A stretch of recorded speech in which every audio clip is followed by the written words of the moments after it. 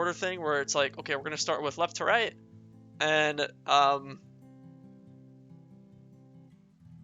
when we do it, I have videos pulled up so we can kind of get like a vibe going for each character. Um, let's fucking start. All right, romantic interest tier list, starting with our girl, best girl, one of the best, Rachel. Okay. Okay. So what I'm gonna do, I'm probably going to, before I place them, let's just talk about Rachel. So coming over to Rachel. Rachel's romantic interest for me was why I loved Double Exposure as much as I did. I feel like Double Exposure, a lot of people did not care for the game as much because of certain things. Like, the game isn't perfect and it's shorter, but the relationship that Chloe and Rachel have is one of the best in Life is Strange. I think so. And back in the day when I played this game for the first time, I felt something for Rachel. Even though this is just a game, you know what I mean? I feel something for her. And the relationship, it was basically the only thing that actually is like super interesting in the game. We'll talk more about the game itself later in the game tier list. But why we're talking about the characters first and the romantic interests, I feel like romantic interests are almost half. Call me crazy. I think they're about half of a Life is Strange game. Am I right? Life is Strange games are only as good as their romance options. Hence why Double Exposure, disaster. We'll get there when we get there. But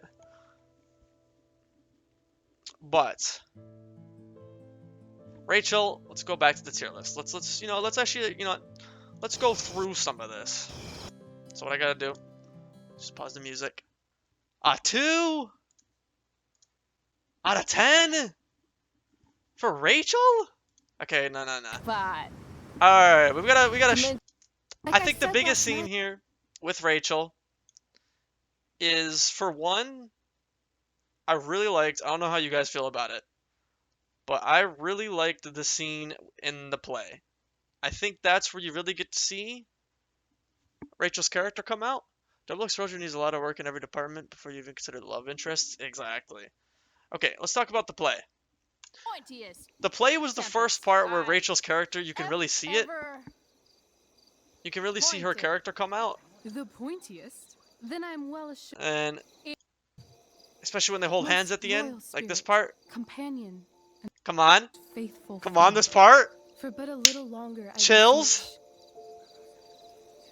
Okay, continue. we gotta talk about in thy Rachel's inner service character a to little my bit more, schemes. but And when they are we're gonna keep it complete, going. I swear to thee, we shall fly beyond this isle. The corners of the world are mere prologue.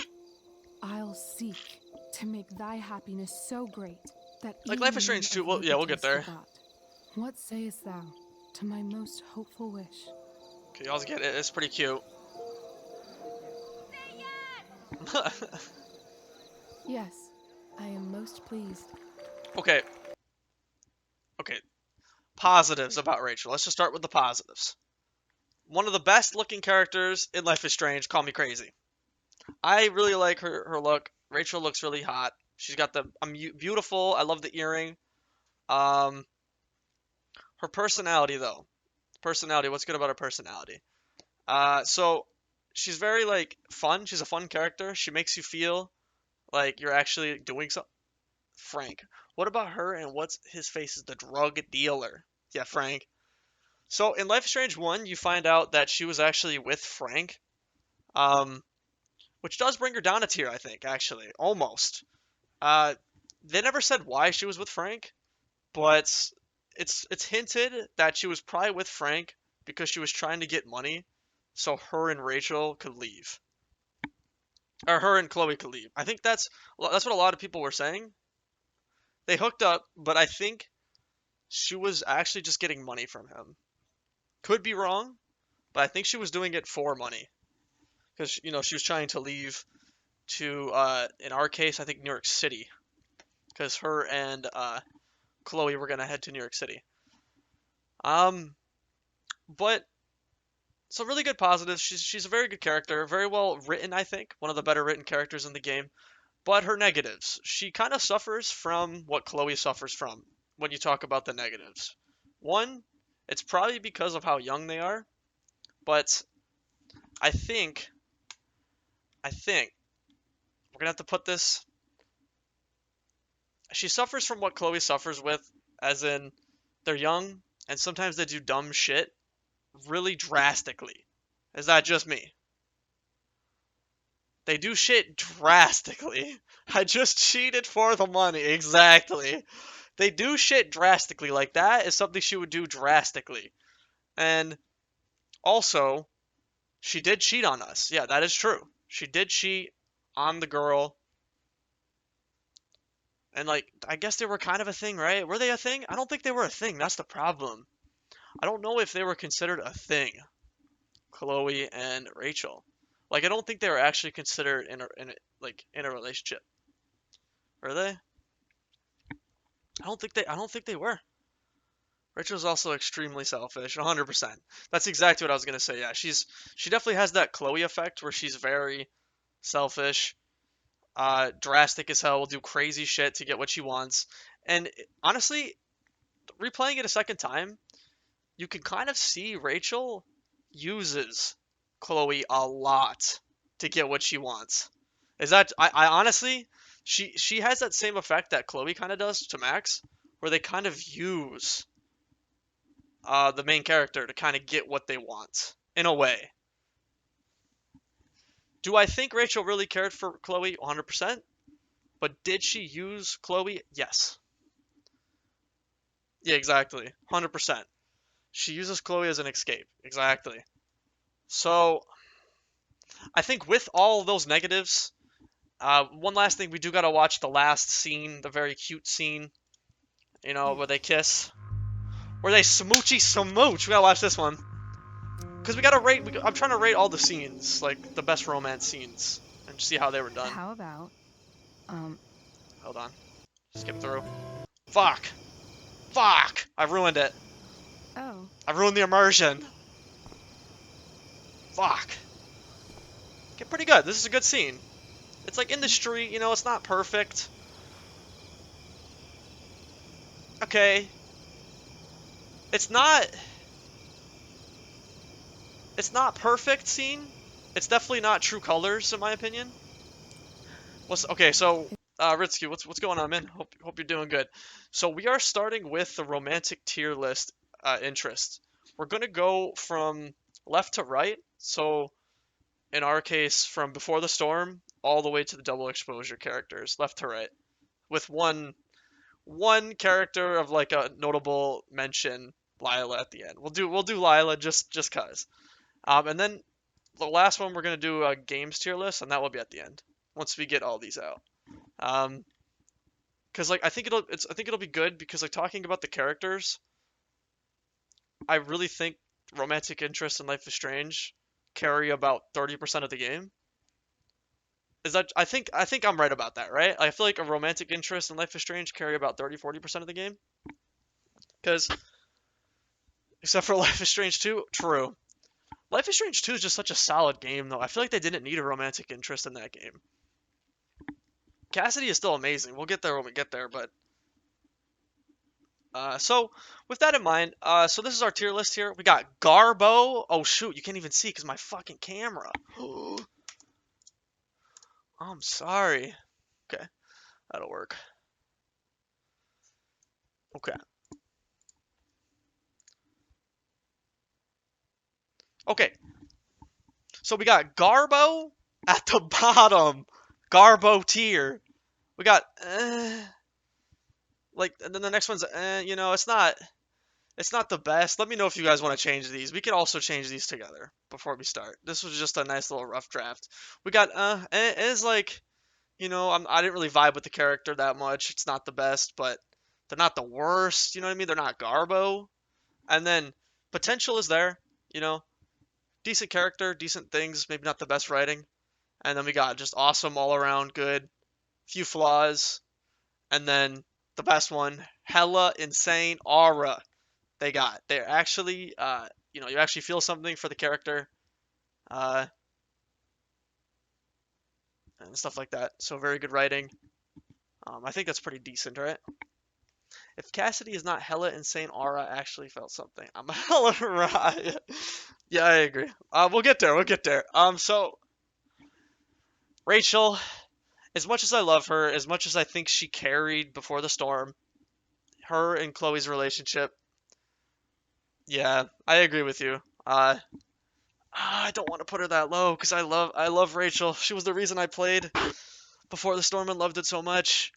Garbo, that's crazy. That is crazy. She ain't no Garbo.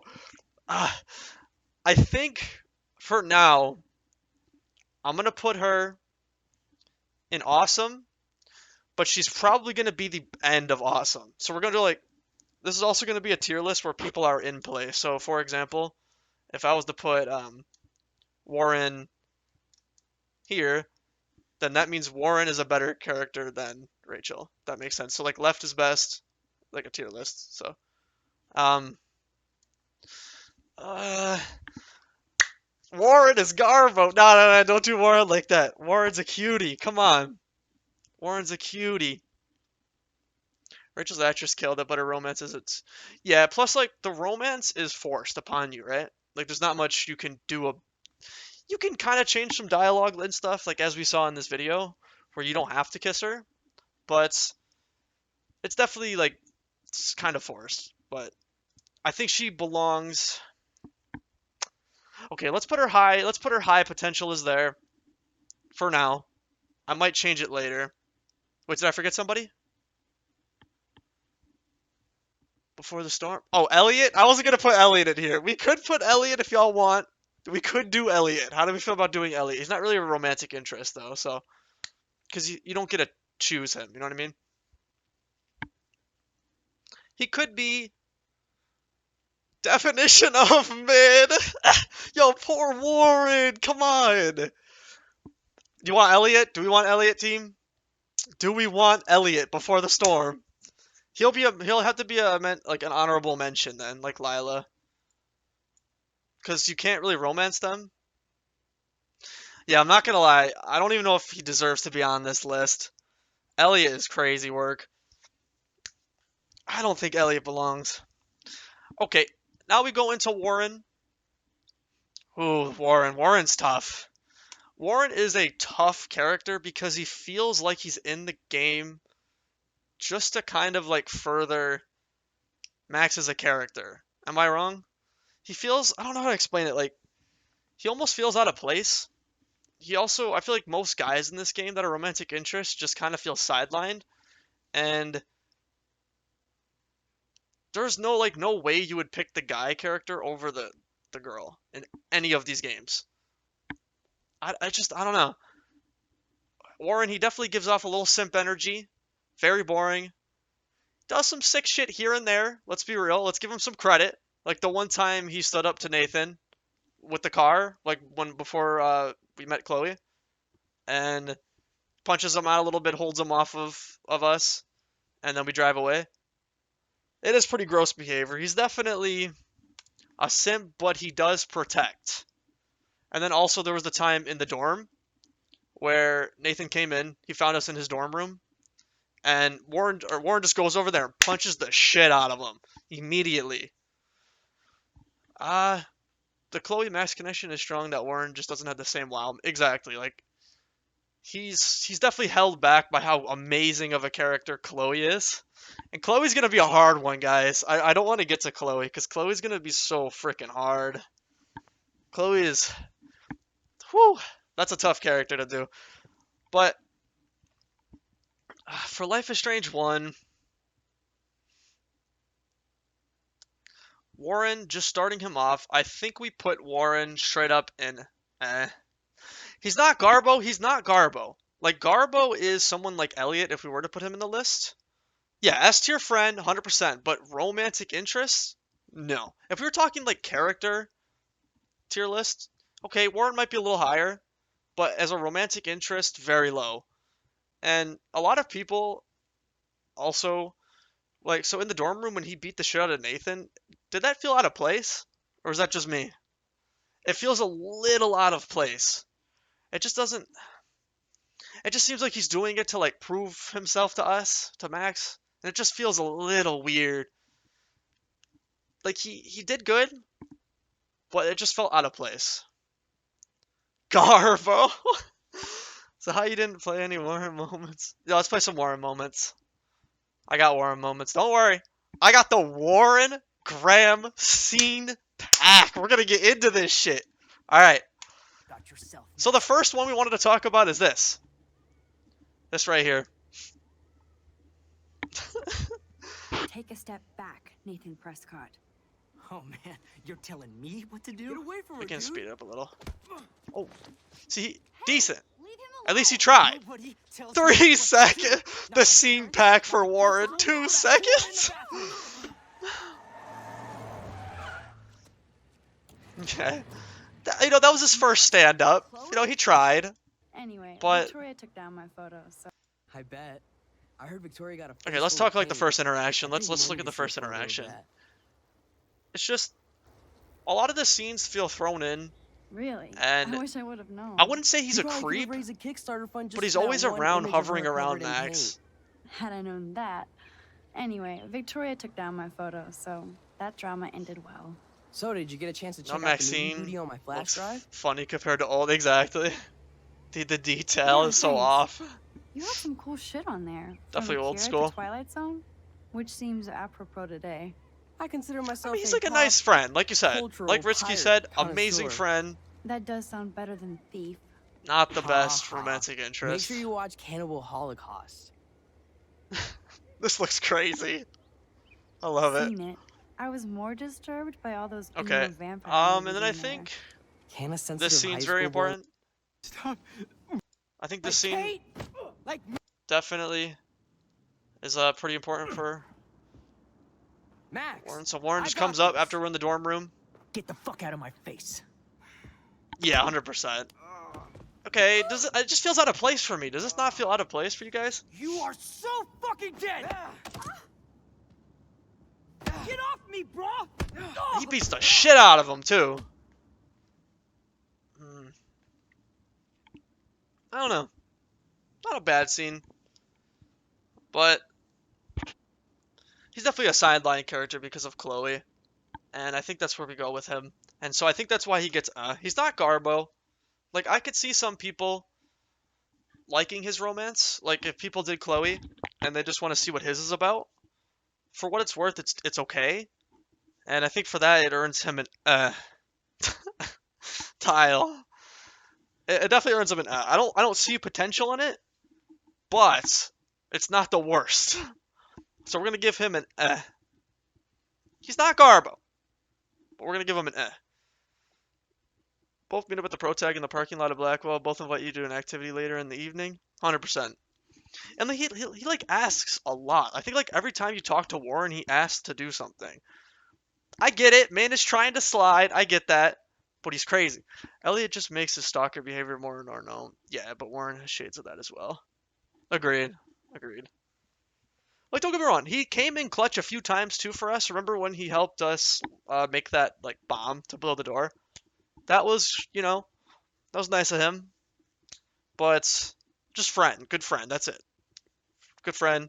We're trying to talk romantic interest only, and I just never see you romancing Warren happily over Chloe. Like, you're crazy. Even if you don't like girls, even if you find them not attractive, I feel like personality alone, you would rather go for Chloe than Warren. Alright. Woo! Yeah, the stalker behavior is a little much, as Ritsky is mentioning in the chat. But not as bad as Elliot. Elliot was on a different level. He showed it. Like I said, Warren does not as much. Cool. Alright. A hard one, y'all. Here we go. Alright. Everybody's best girl. Chloe. The reason why people played Life is Strange, got into the series, a lot of the reason why people love this series so much, a lot of the reasons why Double Exposure was hated as much as it was because they didn't bring her back. Man, Oh, I forgot to mention I should have mentioned this. This is our heavy spoilers team. Whoever hasn't played this shit, heavy spoilers, we're going in. All right, it's too late now, but it's what it is. Garbo, that's crazy. All right, where do we start with Chloe? Much like Rachel, her positives are very strong. Uh, starting with, let's just pull up. Oh, hold on. Actually, let's go a little closer up. That's better.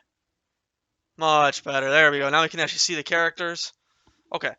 We'll start with the positives. Chloe does sadly have a lot of negatives, and I feel like people give tier above Rachel. Wow. Okay, here's the thing. A lot of people glorify the fuck out of Chloe. Like, it's kind of crazy how much people glorify Chloe and say she's like the best character. I'm not gonna lie, like when I first played the game as a kid, she was amazing. But I think when you get older and like you're an older person and you play this game maybe for a second time, you definitely see some of the cracks come out within her character, much like Rachel. Um, Vaybon could fix her. She definitely is the character that needs fixing. But no, what can you say? Positives. She's super fun. She has that feeling that Rachel did, where it's like, you meet that girl for the first time, and she's bad for you, but she's so much fun, and she shows you things you never did before.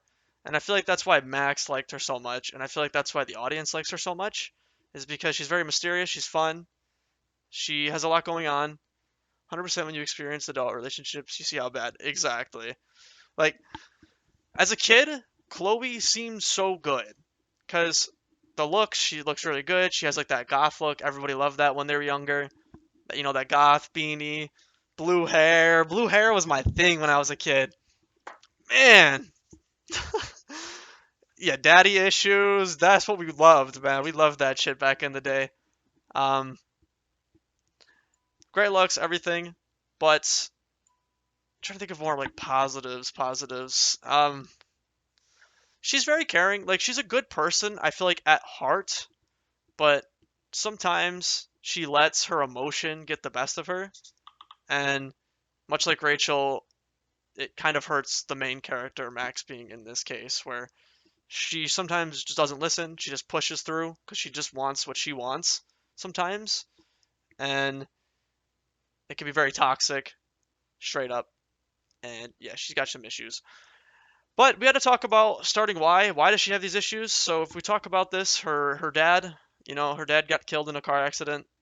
Um, I don't think she blames herself for it necessarily, maybe a little bit, but it definitely takes a toll on her life, and it makes her very closed up, and she becomes super, edgy, and she didn't really have the support. Exactly, she didn't have any support to heal. No good father figure for a long time, and it definitely ruined her character, and she was really having a rough time, and then she eventually meets Rachel, the one person who she feels like she can relate to, or not even just relate to, but basically like a character who saves your life. You know what I mean? Um, and she becomes better from that alone. Yeah, and to be honest, Rachel did not help that. Yeah, exactly. Yeah, Rachel just furthered her toxicity traits, in my opinion. But okay, so I was gonna talk about um some of the good. So talking about Chloe, I think especially in Before the Storm, it's important to know how like she is a really nice person. Like if you take the time, you play with who is it? You play with Steph, Mikey, and you play with them and you play like D&D, and especially when Mikey gets hurt, possibly depending on what your choices are. She's there in the hospital, even though she didn't technically be there for him, but she's still there and they play, and she always has dialogue options to help Mikey out. So she's definitely good at heart, very good at heart, but she struggles with some other things. But much like Rachel, she is very toxic, and let's get into some of it. Let's get into some of it with some of these videos. Okay. So I think the first important scene, probably this one. This is a good scene. We're skipping through, but Still reeks like a chlorine factory. we'll go a little bit forward. Time for some Chloe. But bit it more. would be cool to try on Rachel's clothes just to see if they fit. Stop second guessing yourself, Max. Put this on and let your inner punk rock girl come out. See that You can afford to take chances. Whenever, a wherever you positive want to trait. go. I mean, it's kind of positive. Like For she, example, she's trying to help out I dare Max. you to kiss me. What? I double dare you. Shit. Kiss me now. Very important part right here. The first kiss. Damn, you're hardcore, Max. She pulls away a little I can bit. text Do you see Laura how and she tell pulled her away a to little stand a bit? Do you chance. think she pulled away? This is a good question actually. Chloe pulls away a little bit. Do you think she Stop pulled second-guessing away yourself, because fucking dork. she still wishes she was with Rachel? Or maybe she feels like she's with Rachel? Nice breakfast. David, Maybe. you back already? But I have to take a nap after writing up vandalism reports last night. like throughout the game, there's tons of moments with Chloe where it's like you do the right thing, but Chloe gets pissed at it. Say like you didn't shoot this guy, she gets pissed. Like you didn't pull the trigger at the junkyard on Frank. She gets like pissed off at you, just like really dumb things, and it shows how all she really cares about to some extent is what she wants. Chloe's an S tier character, but the reason I would hold her out of the top tier is because it feels like none of the relationships she is a part of the actual good relationships. They just have their feel good moments. Exactly. That's all it is. It's like a high school romance. Exactly. It's a high school romance where it feels good. It feels good at first, but eventually you realize that it's probably not the best for you. It's probably hurting you on the deep end.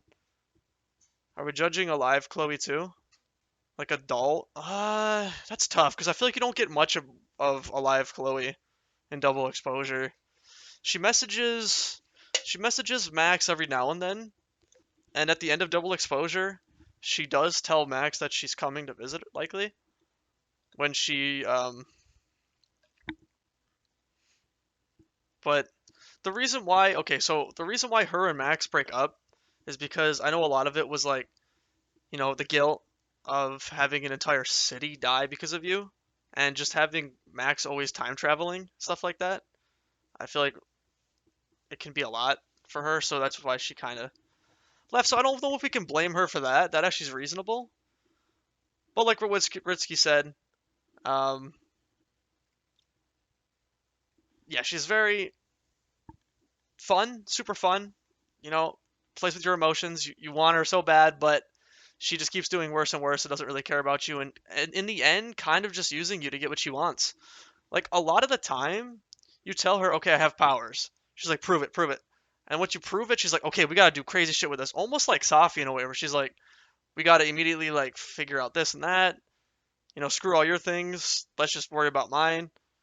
And a lot of times it's just like, even Max had to tell her a few times, just slow down, Chloe. Slow down. Like, can we talk about, I wonder if it's in here.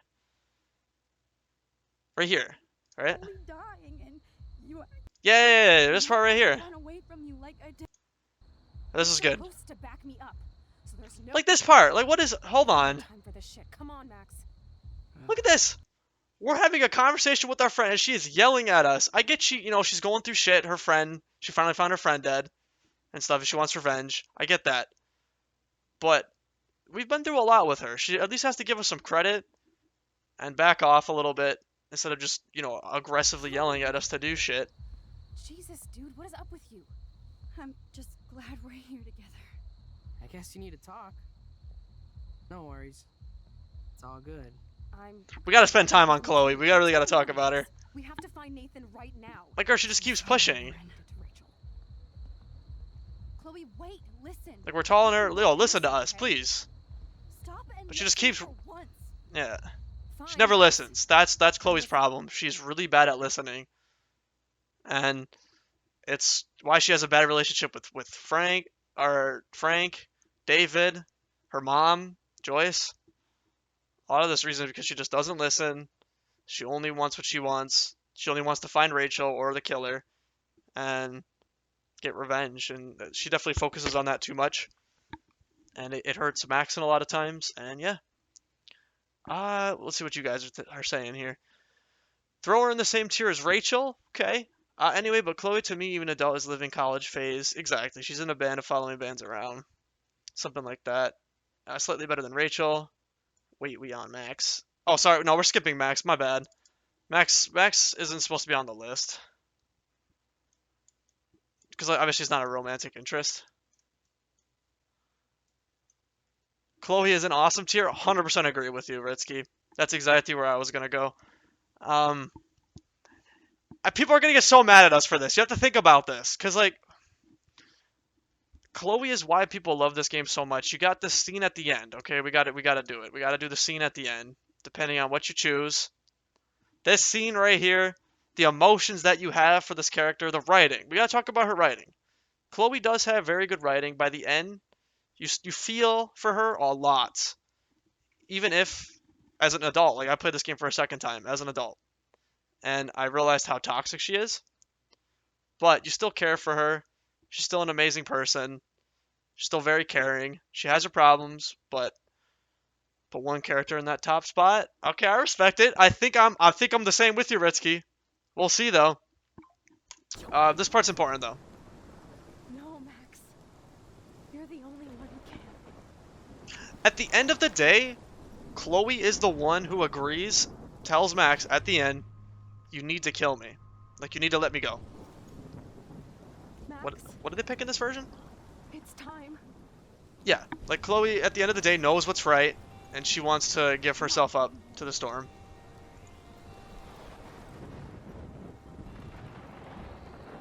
So I think this really elevates her character. Like, she has come a long way from the beginning of the game where she doesn't give a fuck about anything, to now saying like, okay, I'm willing to risk my life for this whole city. Save the city, let me die. Very good ending. You feel a lot. The one where she dies, I feel like that's like the canon ending. It just feels right. Come on, this is cute. This is where she survives, but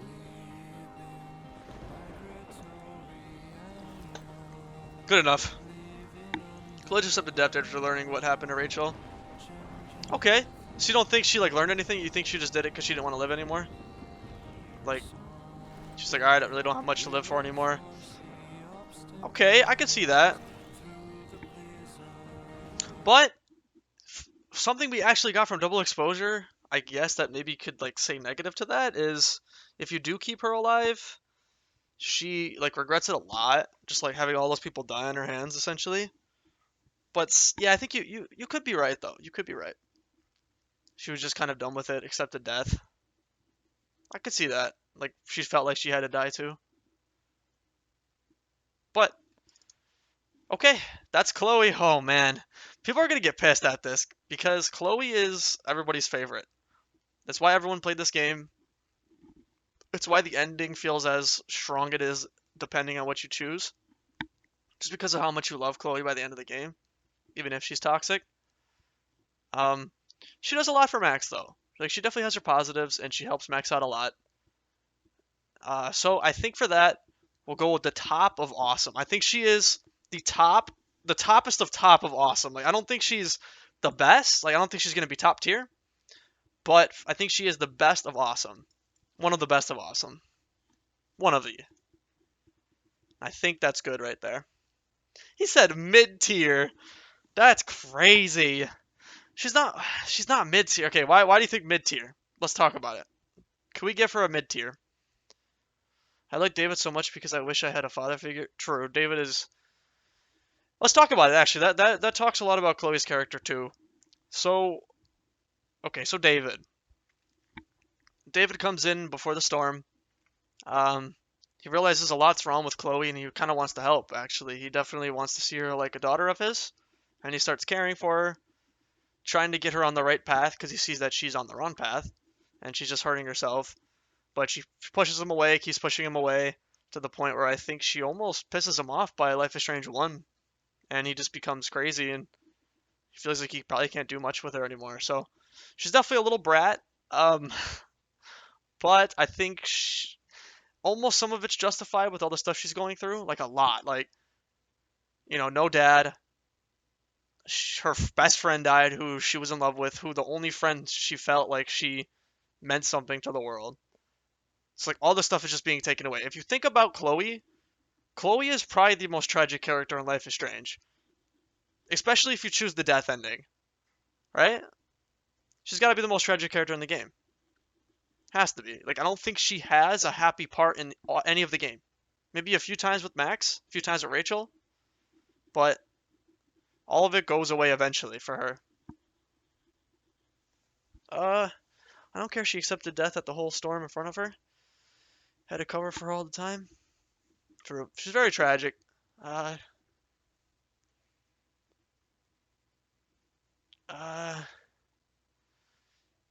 would have been out there with David working on his car. Facts. Oh man, we gotta put David in the tier list. We'll put David at I'm smashing. Number 1. I'm smash. I don't think she's mid tier. Like the potential is crazy. If you were to put her in potential is there, you're nuts. Because the potential is there. Like it's 100% there, and she has an awesome moments. And what she brings to Life is Strange 1 is undoubtedly why the game is as loved as it is, and why the only game people don't hate on in the Life is Strange series is 1. Call me crazy? Everybody hates, in the Life is Strange community, everybody hates every single game, but you'll never hear people have mixed opinions, I should say, about every single game, but everybody loves 1. I don't think many people say 1 is a bad game. I think Chloe is a big reason of that. Her character development, her writing, Max with her. You can argue Chloe is Rachel with more screen time. True. Yeah. More screen time, so you get to... That's why, honestly, this is perfect then, because with Rachel, the potential is there, but you don't get to know her long enough to get her into that awesome tier like you do Chloe. Chloe, the potential's there, but like Ritsky said, you get to learn about her enough to where she goes to that awesome tier. Not perfect. As we said, the bad things about her, she's toxic, but so that's why she's not the top. But at the end of the day, she's a good person and she cares, so we're going here. You agree with Vey? Tom said, I'll put a Chloe high mid tier. Oh man, I don't know if I can do that, Tom. Even older, I don't think she'd be that great. Man. Like, you ever been into a relationship like that? I don't know. It's tough. I'm trying to think. I'm trying to justify. You really think she's potential is there? I don't know. Like, yeah, what happened to her sucks. I think that's crazy, y'all. That's crazy. Mid is different. Giving Chloe mid. Okay, why did you guys love Life is Strange 1 so much? Why do we like Life... Is the ending of Life is Strange 1 not the most, like, sad endings or just, you know, like, meaningful endings in Life is Strange game?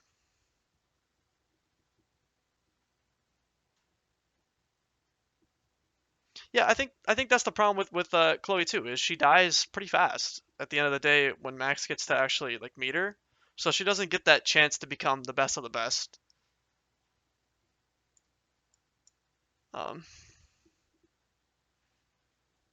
To get her up here.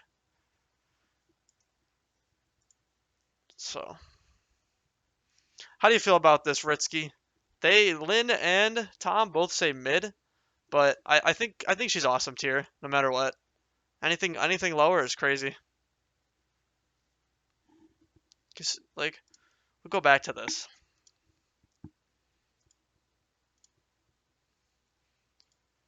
Here too? Following your dreams. Come on, y'all didn't feel something when this happened? Never. I love you, Max. Like, dude, even in a world See you around where you save her dad, sooner than you think. she still has a tragic ending. It was a new experience that we didn't see before on that scale, and episodic gamer choices matter with the music. True. I think Reed is biased. Okay, I am biased. I love Chloe. I made my GTA 5 character was Chloe. I made her look just like Chloe. Um, I'm a little biased, but like mid tier is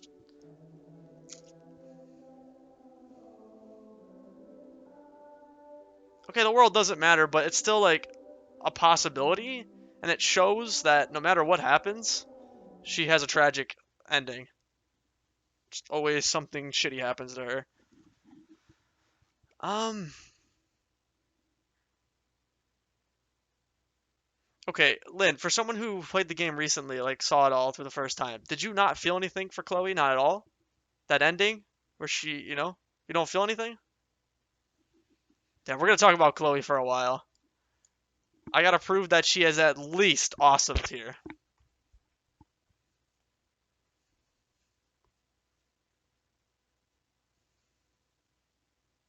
I can't wait to get to some of these. We're gonna have so much fun with these ones, guys. We're gonna have so much fun with some of these. Oh man. Chloe's tough. I really didn't want to do Chloe. Chloe's just so hard. Because it's the legacy. It's her legacy, I feel like. If I met Chloe IRL, there's a chance in hell I would ever be friends with her. Damn. What exactly is this tier list? Yo, a romantic interest tier list, which I think if you compare her to all these other characters in a romantic tier list, she is of awesome level. Based on what we said, what we saw in the videos,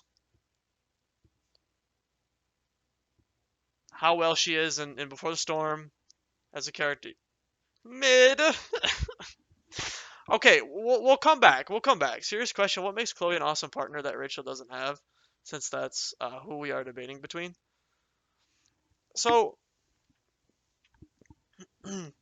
for one, it's the screen time. Chloe. Okay, I really gotta like dig deep for this one. Hold on, I gotta dig deep. Like Rachel and her have to be in the same tier. Yeah, it's just it's the nostalgia. I think that's why people love Life is Strange 1 so much too. It's like the nostalgia, Chloe, what she brings to the character. But if we're talking strictly romantic interests, I might actually be coming down because Ritsky brought a good point where it's like, what does Chloe do that's much better than Rachel for you as a person? Damn, fuck, you had to say that. I'm being swayed. Hold on, I'm gonna think. I'm gonna think. Give me like a bit, because I really gotta like piece my mind together. I gotta remember all the stuff, all these episodes we went through. Um, all the good things she did. And if you think about it, a lot of stuff we do in the game is kind of just like stuff to meet her end, the means that she wants. Ah, fuck. Yeah, let me take a bathroom break. I'll come back. We'll get this. This is a hard one, and I knew this shit was gonna be tough. I know it was gonna take some time. A part of me needs to probably go back into here and just watch through. But like, looking back, almost every scene Chloe is in though is she does something toxic, and I do agree with that. Like either rushing Max, encouraging Max bad behavior. Let's smoke. Let's take guns. Let's do this. Let's do that. Let's shoot people. If you don't do that, I'm gonna be pissed at you. It's very bad behavior, very toxic behavior. Ah, fuck. Damn it. I'm being swayed. I'm being swayed. Yeah, like I'm just thinking like if I saw Chloe, if Chloe was a real person and she was like this version of Chloe, young Chloe, yeah, I don't think she'd be considered the like she would be mid. Agreed. But she has that fixed potential, which I think she gets a little bit more than Rachel because of the more screen time. Um, hmm. Damn, this is tough. I'm just thinking like if Chloe was a real person, it's just she like Chloe, wait, listen. Oh, fuck. Me. Damn it. I know she be ran through. Y'all wild. Nah. Okay, yeah, back in her day, she would definitely be ran through. Y'all are wild. Freaks me out. Yeah. Mom? No refill for you. This is Okay, real talk. Okay, mid-tier, fuck. She has to be mid-tier because the way she treats her mom, how amazing her mom Joyce is. She's never super toxic to Joyce, but she just doesn't appreciate how much Joyce does for her. And I think Joyce really cares, and so does David. And I feel like she's kind of responsible for why David becomes such an asshole in Life is Strange 1. Fuck! And we love David, and I think she is responsible for why David becomes a fucking asshat in 1. Yeah. I think I let my emotions get to me, because I was rating it more as like how much I love the character. But if we're talking romantic interest, fuck. Yeah. She's mid-tier. Y'all sold me. That question, Ritsky, got me good. Because I was thinking, and I'm just like, is there more than what she does than Rachel? She really is just Rachel. Damn. air. Come on, take a breath. I mean, she does some badass shit for you, you know? But I feel like no, Rachel does the There's same. something else I have Rachel, to you know, tell she saved Something Chloe from the bullies in the beginning. Talk to me, Max. I had the same. Fuck! It's the emotion that she gives off. She has aura. She does have aura. Y'all can't lie. Chloe has aura. But for a romantic interest, yo, this tier list is going down. Mid tier. Potential is there. She doesn't quite reach it by the time she dies or by the end of the game. So I think maybe depending on what they decide to do with her in double exposure, she has the potential to get into awesome as an older Chloe. It's unfair for some of these characters who are younger because you have to see it as if you were young. You know what I mean? Like they go using Gen Z lingo. The fuck is this? What did I say? What did I say? Damn. Yeah. Like you almost have to give these younger characters the benefit of the doubt just because they're so young. But as an older person, they definitely fall through the cracks. And in romance, yeah, she's gonna be mid tier. All right. Are we happy with that for now? She'll definitely be the high of mid tier. We'll see when we get some more characters in here, but she's definitely the high. Cool. Fuck. Y'all had me doing that shit. Damn. I'll think about it. I'll think more maybe on Chloe as we go through this. Maybe I could argue to get her up a little bit higher. Maybe into awesome tier, but I don't see it. It's tough. All right.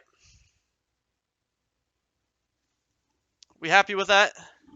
Fuck. It's because of what she did to David. Damn it. Like,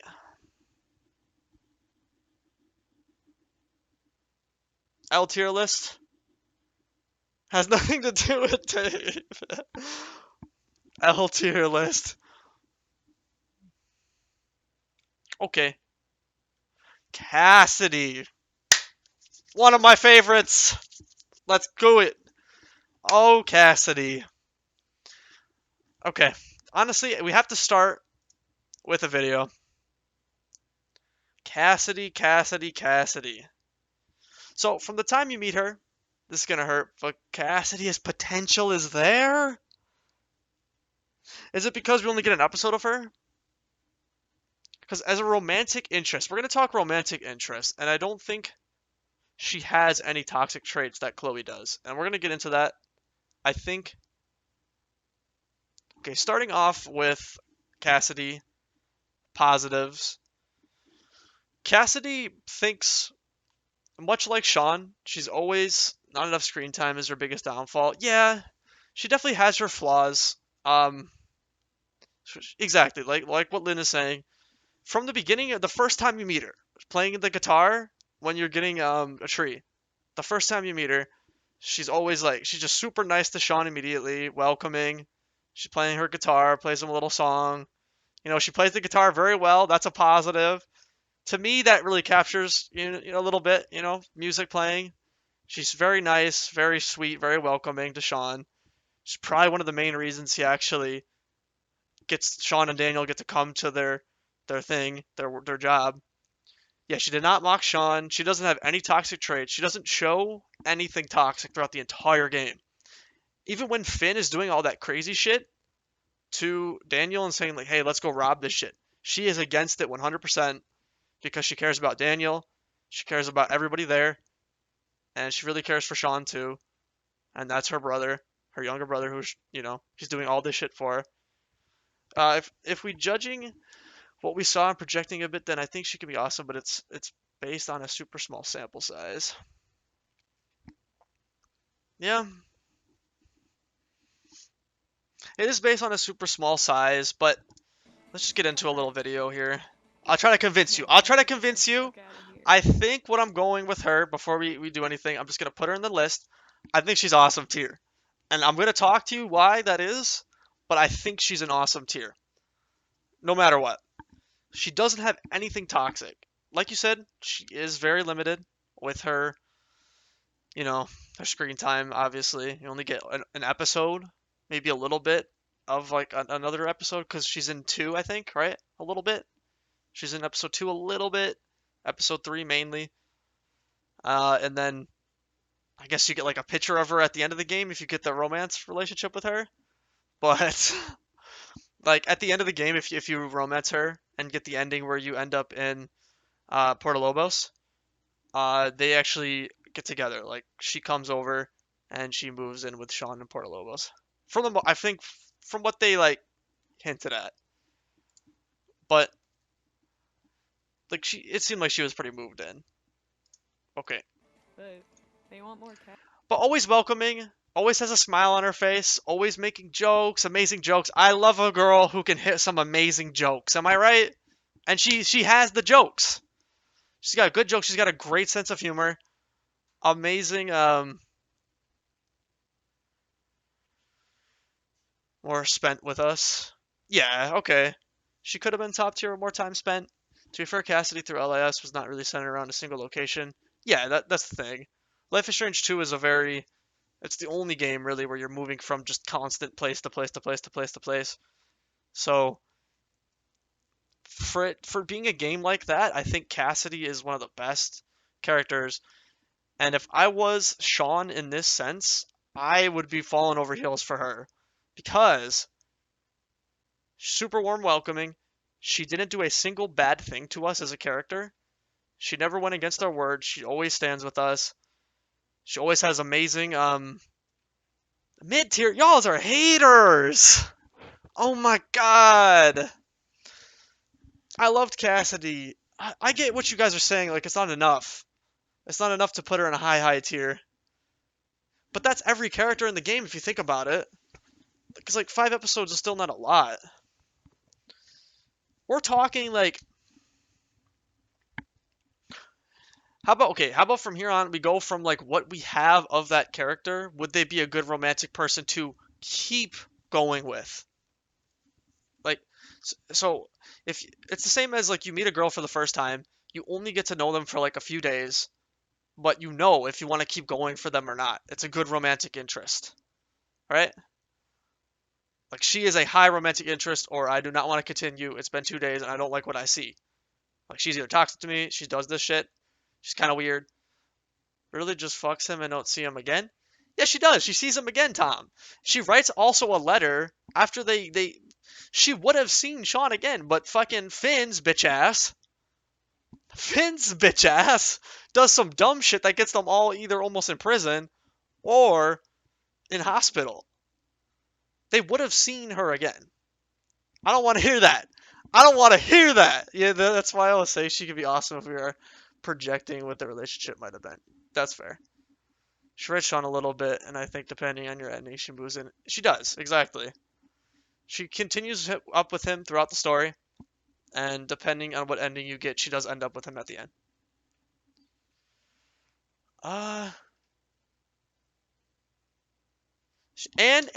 And okay, you know, we're gonna get into it with the videos. We're gonna get into it with the videos. This scene is not too important, just a Wait, quick tattoo. Are you serious? But Goddamn right. This is like. look, okay, the positivity she has. That's what I love in a woman. A woman who is always positive, always has a smile, even when shit is going bad. You know what I mean? Like, Don't be scared. Cass is here. that's what we like. The negative Nancys, get that shit out of here. Yeah. Let's The do it. negative Nancys.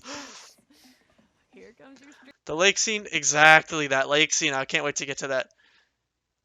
So she had what some might say potential. Fuck. cred. What's your favorite gang?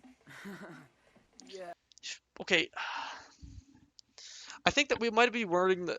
Maybe I have the tier list wording wrong. I still want to put Master Lock through her gauges. Oh my god. Okay, see for that. I'm not sure I'm joking. I'm just That'd saying. be super cool. I would slide.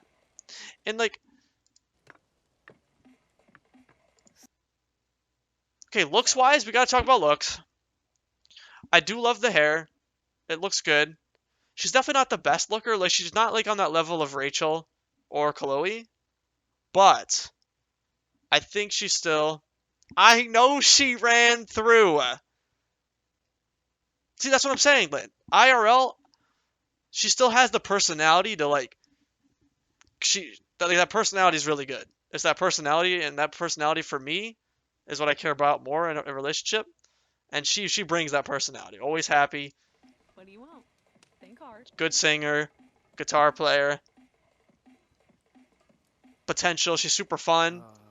She's like Chloe in a way where she has that like Chloe and Rachel in a way where she has that like. I'm saying fuck. They have that feeling where you know things could be really fun if you end up with them, and you'll always. It won't ever get dull in a way. But with her, you know it's not going to be toxic. wolf thingy, but not too cringe. Okay. Boy, you Feel me? know it as much- Okay, we can skip this scene. This scene's not really too important. No. But this scene, here we go. We're going to cover up the titties. Hold on. There you go. Bring it home. What the fuck? Hey, you gotta take it all off. No cheating. No, fuck it. I don't care. We're getting banned today. Actually, no. I don't think there's titties in this scene anyways. I think we're chilling. Shit. Get nice Sean ass, though. My balls. Cassidy, do not even. Come on, this is a great scene. You are so. Adorable. I don't think there's Yeah, I know. Not bad, Diaz. to be a I swinger. didn't think you'd actually do it. My body. Tom be hating, man. Get used to it. Not that cold. That's because I had to pee. Okay, Tom has a thing where he hates a lot of things. So I put like his thing here, and then like I think I put it up a So, little bit higher than are what he you gonna says. do about Finn and, you know, his... If Cassidy's a swinger, then I am out. She's definitely not a It's really swinger. stupid idea. Way too dangerous, especially for them. Okay, do you think she was with Finn? I just don't. I know she's in a poly relationship with two fat. Okay, but okay, if she was, hold on. She got that look with some fat dudes. It's not. Poor Cassidy. We are hating. Okay, so first, we don't like her because she might be in a poly relationship with two fat dudes. I can see that. But, okay, I know for a fact, based off the personality that we learned from her, she is the kind of person that if you were to start something serious with, she would stop. You know what I mean? 100%. Because at the end of the day, she's a traveler, and people like that who don't want to be in one place ever for like a long period of time, I feel like definitely have that adventure side of them. So yeah, two fat dudes might be on the table.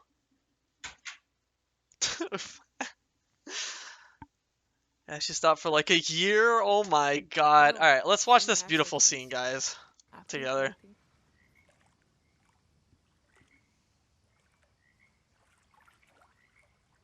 Yeah. Why are none of the Life is Strange girls the kind of girls that nerd out about their interests or hobbies? That's a good question. Steph? Steph is like the only one, right? Steph. It's just Steph. We're not going to talk about Steph just yet, but I think Steph might be the only one who like is super always telling you about her interests. She pushes it. It's not like in your face, but she, she's like gentle about it. Okay, we'll get with Steph when we get it. We're on Cassidy right now. That's sweet. I'm flattered. You Steph, bust oh out lord. this line whenever you go skinny dipping. Come on, look at how good this is. You don't feel anything, guys? You guys don't feel anything right now? You sure? I'm not that much of a player, as you can tell. I don't know. We're both already naked. Hey, Come on, she's got a little, she's got play. not that I mind. We like that. So, Who's Chad a guest? you wanna kiss me? It's a great scene. Yes, It's a good scene. I do. If that's cool. Yes, it is. See? That's not me.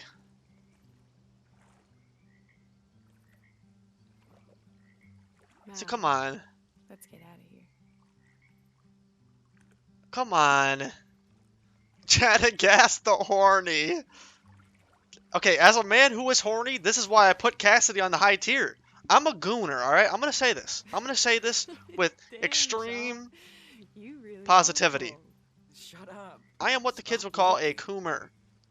Oh, I saw tits. Oh my god, I'm banned. Well, huh? I hope to never see Reed's room. We're off topic. This part. Fuck. What a bad timing. I wanted to get to the part where she tells him something that I think is very cute. I think it's very cute to kind of help him out a little bit. Hey, This part right here. what's up? This is very cute. I think this No, says a I'm lot okay, about her just- as a character. Never mind. This part right here. Come on. Talk to me. Okay, at least they're hiding the titties. Sorry, Sorry it sucked. Okay. Sean, this is your first time. I won't give you a bad review online. That's respect. That's, sweet. But you don't have to be like that. She has reasoning. You know what I mean? Come on. Hey, She's not with I him for mean the it, smash. just take it easy and you'll have time to practice. Okay? That's pretty good. She falls victim to the game she's in. If you take the same character and put her in a different Life is Strange, oh, 100%. I agree. Fuck. Alright. If she does butt stuff. Tom! Tom! If she does, she definitely does. Let's be real here. She's a freak. You can tell she's a freak. You can tell. You can tell. Yeah, she definitely would be. Let's be real here. Who here agrees she'd definitely be into butt stuff?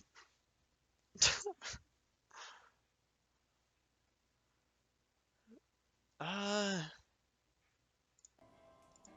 don't know. She's a very, very good character, and I wanted to highlight some of the positivities. Like, what kind of negatives does she have besides just not having much screen time? Like, what would you guys say is some of her negatives as like a personality in a girl? Because like, if what I'm looking for in a girl, it's what Cassidy has, and that's why I honestly think she's awesome tier. She doesn't have any negative qualities besides screen time. If we're talking about Life is Strange, romantic tier lists, as we are, she definitely suffers from, like you said, screen time, which you could maybe bring her down. The potential is there, the high tier of it. But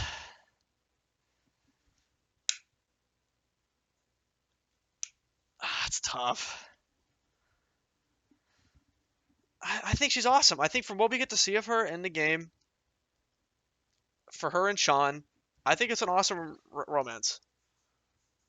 I would throw her into low. 100% agree. Low awesome. Agree. Like low awesome. Super high potential.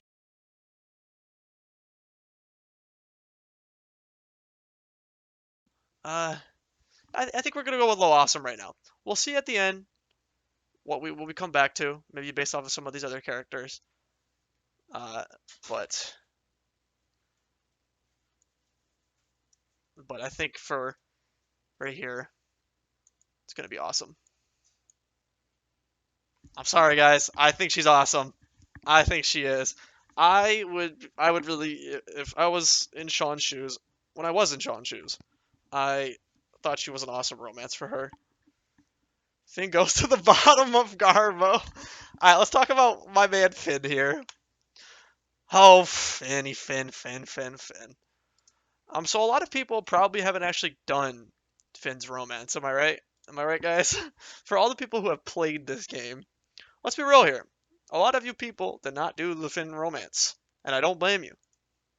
He did use a child to steal money. So fuck Finn. But let's talk about Finn. Finn, much like Chloe and Rachel, very toxic. They have a lot of toxic traits. Let's get into it a little bit though. Finn has a decent backstory where he. Let's talk about his backstory. Chad, no way you could talk yourself into putting higher than Garbo. No, I'm putting him in Garbo. Fine. We'll do it before. Finn is definitely Garbo. He could be low but what he does in the game, using a child to steal money, that's the worst trait you could have as a person. Even though he does it for potentially good. So what happens in the game is that Daniel does some dumb shit, gets the whole crew into trouble. We don't get our pay. And he's like, well, this is my crew. I need to get them some money. I don't know what his thinking is. He's dumb. So that automatically puts him in Garbo because it's not going to work how you think. All these people are going to have to leave as soon as you do this. Like, you are putting a lot of people's lives into jeopardy by doing this. And you don't even tell them about it. He puts people's lives in jeopardy without even telling people about what's he doing. So for that, he's Garbo tier. But let's get into some of like his actual romance because I feel like a lot of people probably have not seen it. Yeah, Finn cannot read the room. I said earlier, he is a Gunnar's dream, but romantic? Yeah, no. Yeah, 100% agree. He's like what? Like a few qualities that Rachel and Chloe have, but it's just so much worse. I've seen so many people simp for him. Okay, we're going to talk about something at the end of Double Exposure. I have so many thoughts for that fucking game. So many, and I want to get them out so bad. A part of me just wants to skip to Amanda and Vin. Because, oh my god, that game pissed me off. And, I don't know, Risky, if you saw the VOD. But what pissed me off was the last choice. 70% of people went with Safi. We're going to talk about that. Oh my god. And a lot of people say Amanda is one of the best relationships in Life is Strange. Oh my god. Who was paid off to say that? People say Amanda is one of the best relationships in the game. We're going to talk about that when we get there. We're on Finn right now. But that game pissed me the hell off. And people's thoughts on that game are annoying. Alright. Let's watch some of this. So he's telling a story. Is this where you get some of the personality of Finn and why he is the way he is?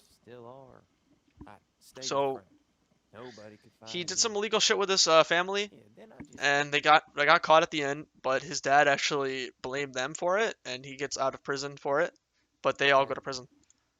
So definitely a bad start for Finn here.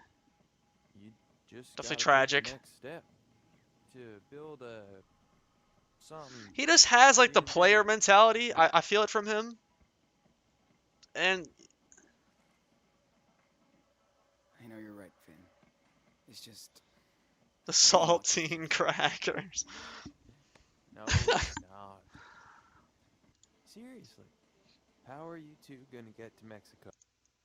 Okay, we'll just watch a little bit of this. This is like the kiss scene. We gotta watch it. Sorry But about we have to that. watch all the kiss scenes. 100%.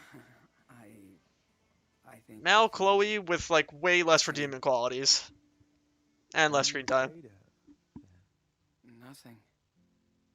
Do I think okay if Max or if Chloe was in Finn's his predicament, do you think Chloe would also try to have Daniel steal the money? And I think she would, actually. I think she would. If she was as young as she was at the time. I don't know. Probably not, actually. You think so? 100%? Yeah. It depends, like, what kind of version of Chloe, because, like, you get to pick a lot of choices in that game, and especially before the storm, where it's like you can decide between stealing and not. So it's like you can't really take it from that game. So you have to take it from Life is Strange 1, where the choices she makes are just the writing. And I think from Life is Strange 1, yeah, she probably would. That is true. If Chloe got as much screen time as Finn, she would be Garbo. Agreed.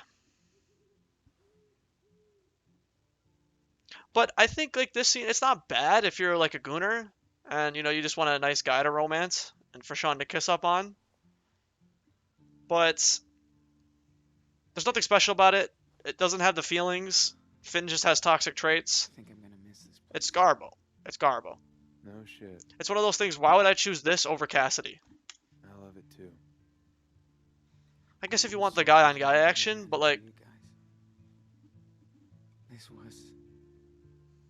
you just get so much less. Like you already get, Whole life. it's only Yeah. it's one episode. It's always a wild ride. The only high played for Finn is the last time you see him. That's what we were gonna go to. Yeah, that's exactly what I was gonna go Glad you're to. on board. That was like gonna be one of my talking points to maybe take him out of Garbo. We'll see. I mean, if you're in, Okay. there's a And then good what you deal. guys know, he tells Sean, let's have him do this. And what's so bad about it is you tell him no, it's a child, do not do it, and he still does it. So this is after everything happens and you're escaping the hospital and you see Finn. This is pretty important.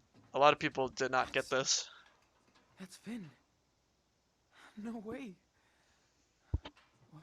Like a lot of people have What's not he seen doing this. here? Finn. Hey, over here. Holy fucking shit! No way, Sean. Like I think he's What a the fun hell character. I think he's a fun I'm guy. trying to bail. Son of a bitch. I He's wish just I knew you he's were just here. dumb. Could have hooked up. Shit. So, where's Daniel? Just learned that he's in Nevada. What the fuck? What Why the fuck? Nevada? It's just a I'm big on my choice way he to made at find the that end that just man. ruins his whole Yes, I character. will, my friend.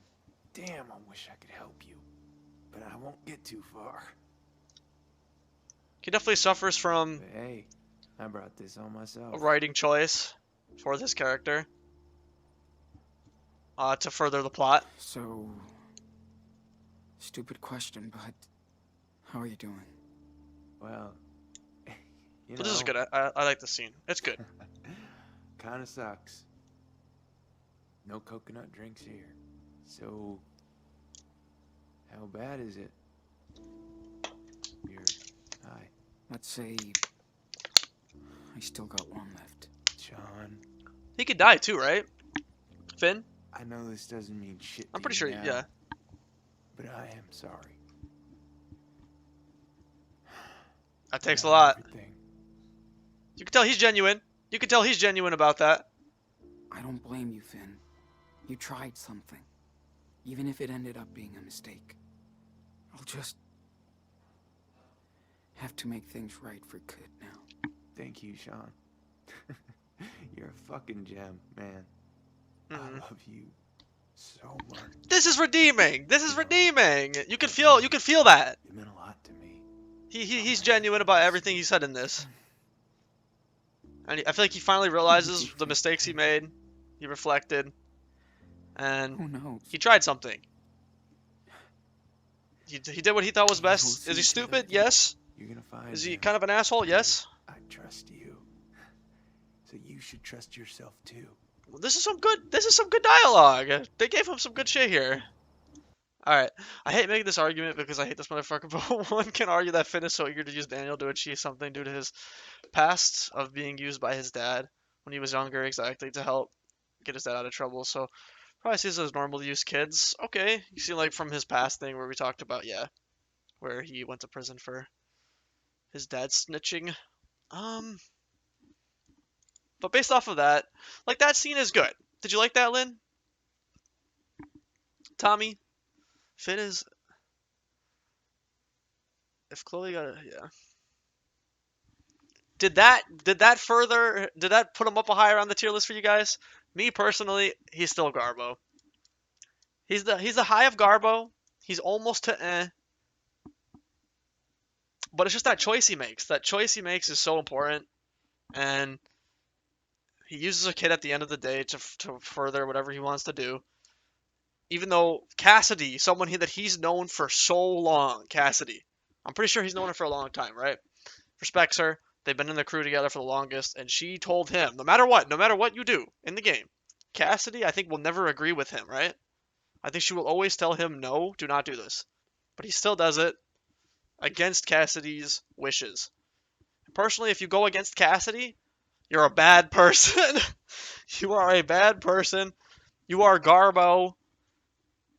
You got no scene time. You're Garbo. You almost had the potential at that last scene to get out of there. Because you could tell you reflected. But, hi, Garbo. Threw him in the trash cans in my place of employment. I'll put him in the very bottom. Agreed. Alright. Okay, now we get interesting. I feel like the farther we get into this, the more interesting it gets, honestly. And where I'm actually really excited to get talking about. Because it's more fresh in my mind, too. Okay. Okay, now we're getting into True Colors romance. Starting with, I think Ryan would probably be the best pick here for left to right, because I think you get to romance him before you romance Steph. I do not even remember the motherfucker's name. This guy, Ryan? Yo, how do you not remember Ryan? That's crazy.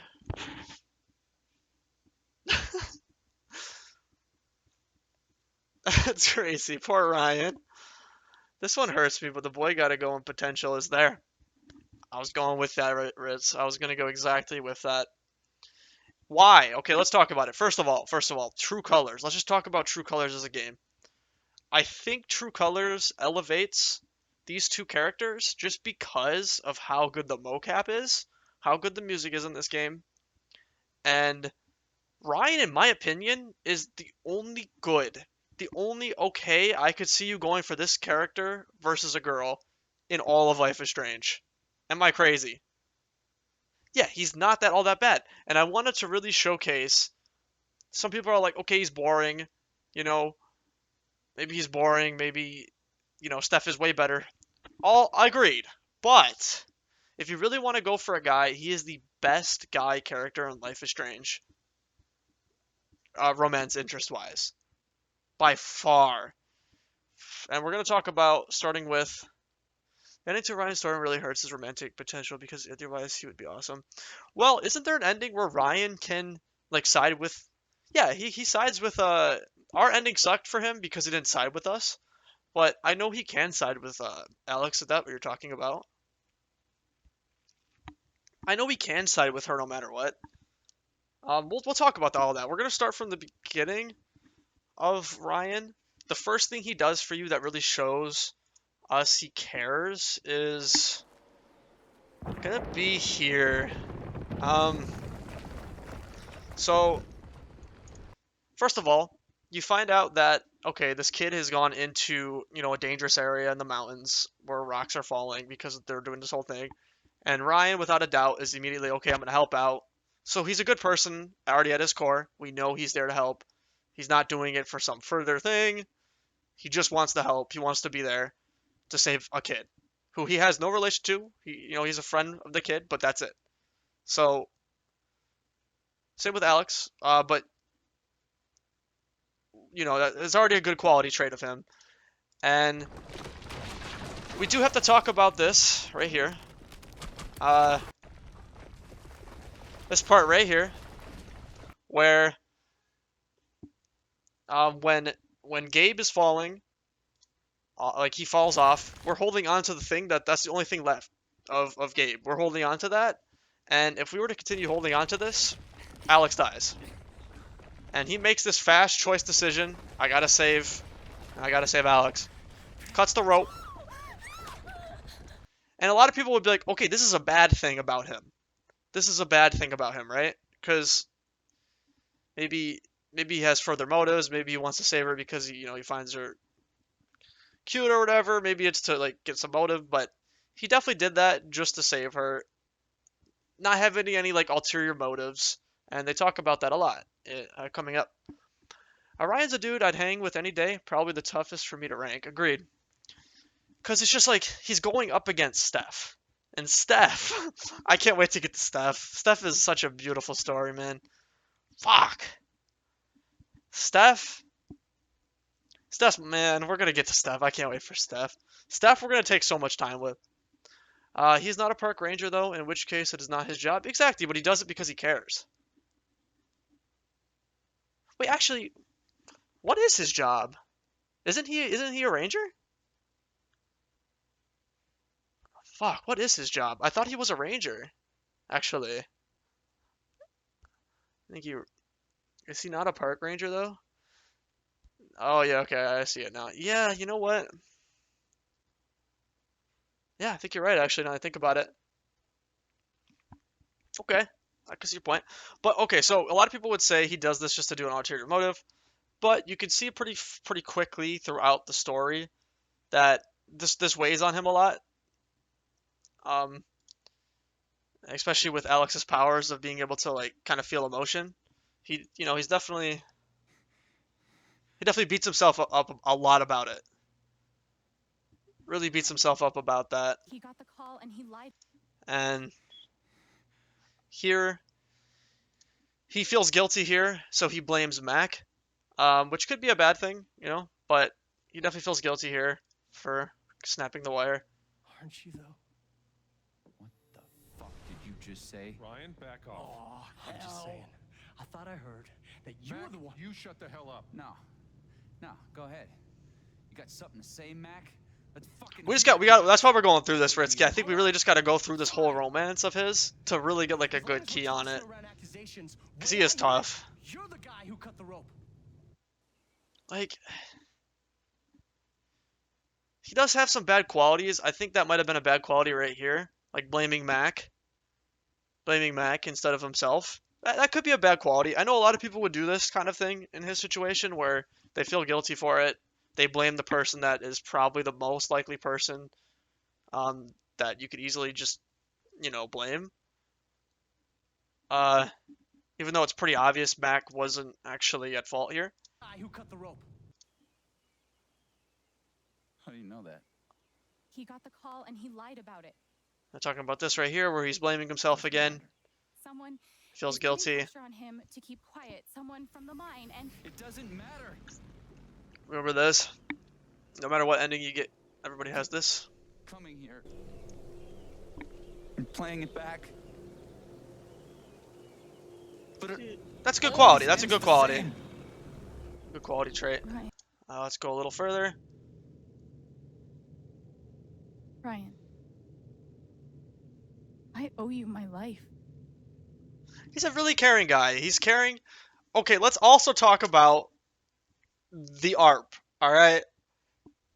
Every time he played the part where he was just a monster who got shit on, and I think that says a lot about his character. He was playing the no one wants to play role, and he did it his best, even though we killed him over and over. And I think that was cute. I think that was actually cute. I'm straight, but I think that was pretty cute of Ryan playing that role, and I think he did a good job at that. It's just something small, but I think that was pretty cute of Ryan to play the the monsters over and over in the art. I do like your earlier point about how good the mocap is in this game. 100%. That's what I'm saying, like, about True Colors. These characters, it's hard not to love them just because of how well True Colors does. The scenery in this game, especially with the powers alone of feeling their emotion, I feel like it adds to a lot of the scenes, like we're gonna see right here. I romanced him in the first playthrough. She's Oh, you wrong. romanced him. Okay. I let her cross All right, that Ritsky. log. I put Gabe in harm's way. Okay, so you know all this I'm then. not a hero. I'm a coward. Like this is a good. This is a good. It's a good Worse trait. than worthless. He cares. Tom, stop that. He is not Garbo. I'm gonna tell you this now and You here. did everything you could. Ryan's have. actually a really good romance option in my opinion. It doesn't matter. He's the only guy romance option I think is actually pretty decent. Gabe's dead. Because of me. He definitely has some negatives, Gabe, unlike Cassidy. I'm so sorry. I think he definitely has some negatives in there. But let's just get to the part where it actually like Did you know? where a big choice can be made. Really focus. Like right here. Yeah, exactly. can- Suffering from survivor's guilt. See Throughout other like the first people's 3-ish emotions. episodes, like 2 episodes. They show up like an. Tells her about the power. Tells him about the power. Someone made the decision to let the blast go off. Okay, like rates. Do the buddy cop thing. Wait, this isn't the romance option. She shook his hand. Oh, it's because I'm fucking. God damn it. Sorry, y'all. Oh my god. I am sorry. I had the wrong one. Oh my god, what a disaster. What a globile disaster. Okay, here we go. This is gonna seem Well, this looks good too. This one looks way better. right now. Okay, here we go. Sorry guys. Oh my god, I'm ruining the immersion. Property of the My production quality is tanking. Well, they are technically Max, because of my protected reaction when under Mac the chose to Migratory act Bird tough at the Treaty funeral. Act. Yeah. Okay, that part was like the only negative quality I think about Ryan, right? Where he was kind of like projecting it onto Mac, even though it's kind of obvious if you just put like 2 and 2 together, Mac is not guilty. But An aura yeah, it was a good scene. to let. Okay, let's get a little further in. Right here. You gotta see the colors. It means a lot in this game. You don't think it's a bad trait? Okay. But it's Max, so fuck him. Alright, alright. You're welcome, I guess. Come on, this is cute! This is good! This is good! Thanks. I would be happy Thank you.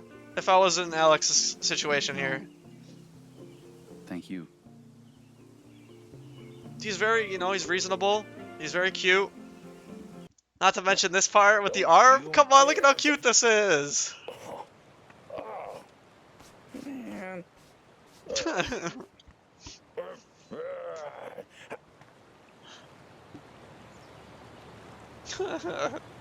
Okay, let's move.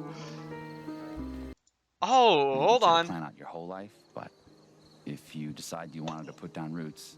Okay, we gotta talk about this Gabe's scene been first of makes all. space for- Okay, talking about the scene. Both Steph and Ryan have pretty much an identical scene like this, and I think this is one of the best romance scenes in all of Life is Strange for both characters because it's pretty much the same thing.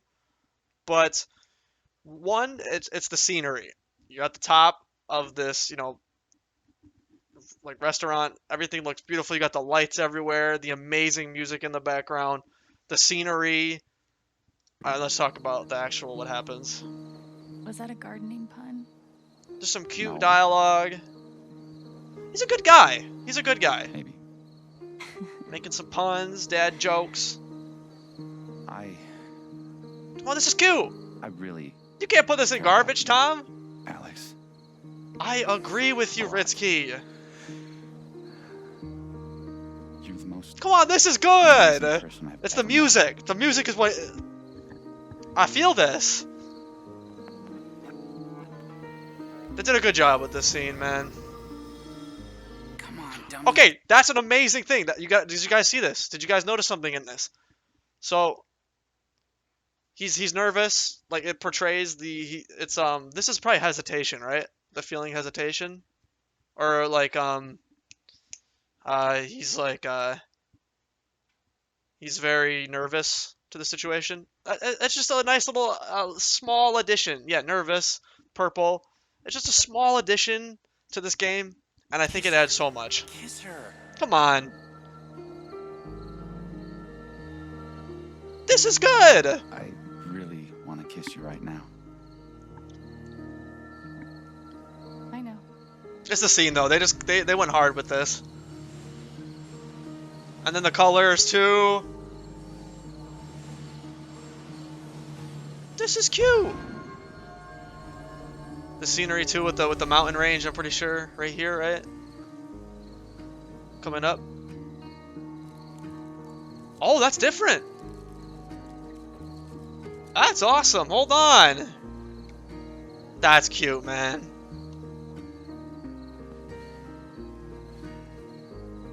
And I feel like in True Colors, you really do get enough time with these characters to build the bonds. With both characters. Because like this game, this is the game where it's not all story like the other games. There's a clear plot point in the other ones, and like sure there's a plot point in this game with like the whole Gabe thing, but this game it definitely slows down much more than especially like Life is Strange 2, and it slows down enough to where you can like talk to these characters, you can really get the emotions. I don't think they would do it, but I'd love to see Ryan in a future Life is Strange. Agreed. I would put him in a higher position than Cassidy. Wow. Okay. I'm glad that we talked about this one because I really do think Ryan, the more I look at him, and you know what? Let's actually see the end. I'm curious what happens at the end if you actually do romance him. Help you. LARP was 2 days ago. Yeah, what happens at the end here? Right. Just tell me. I'm curious. Yeah, I'm curious. What? Okay, let's watch this because the Steph one was amazing. Okay, like right here. I want to watch this. I love the Steph one. Ryan approves. Life goes on. The more you want to practice your water drinking.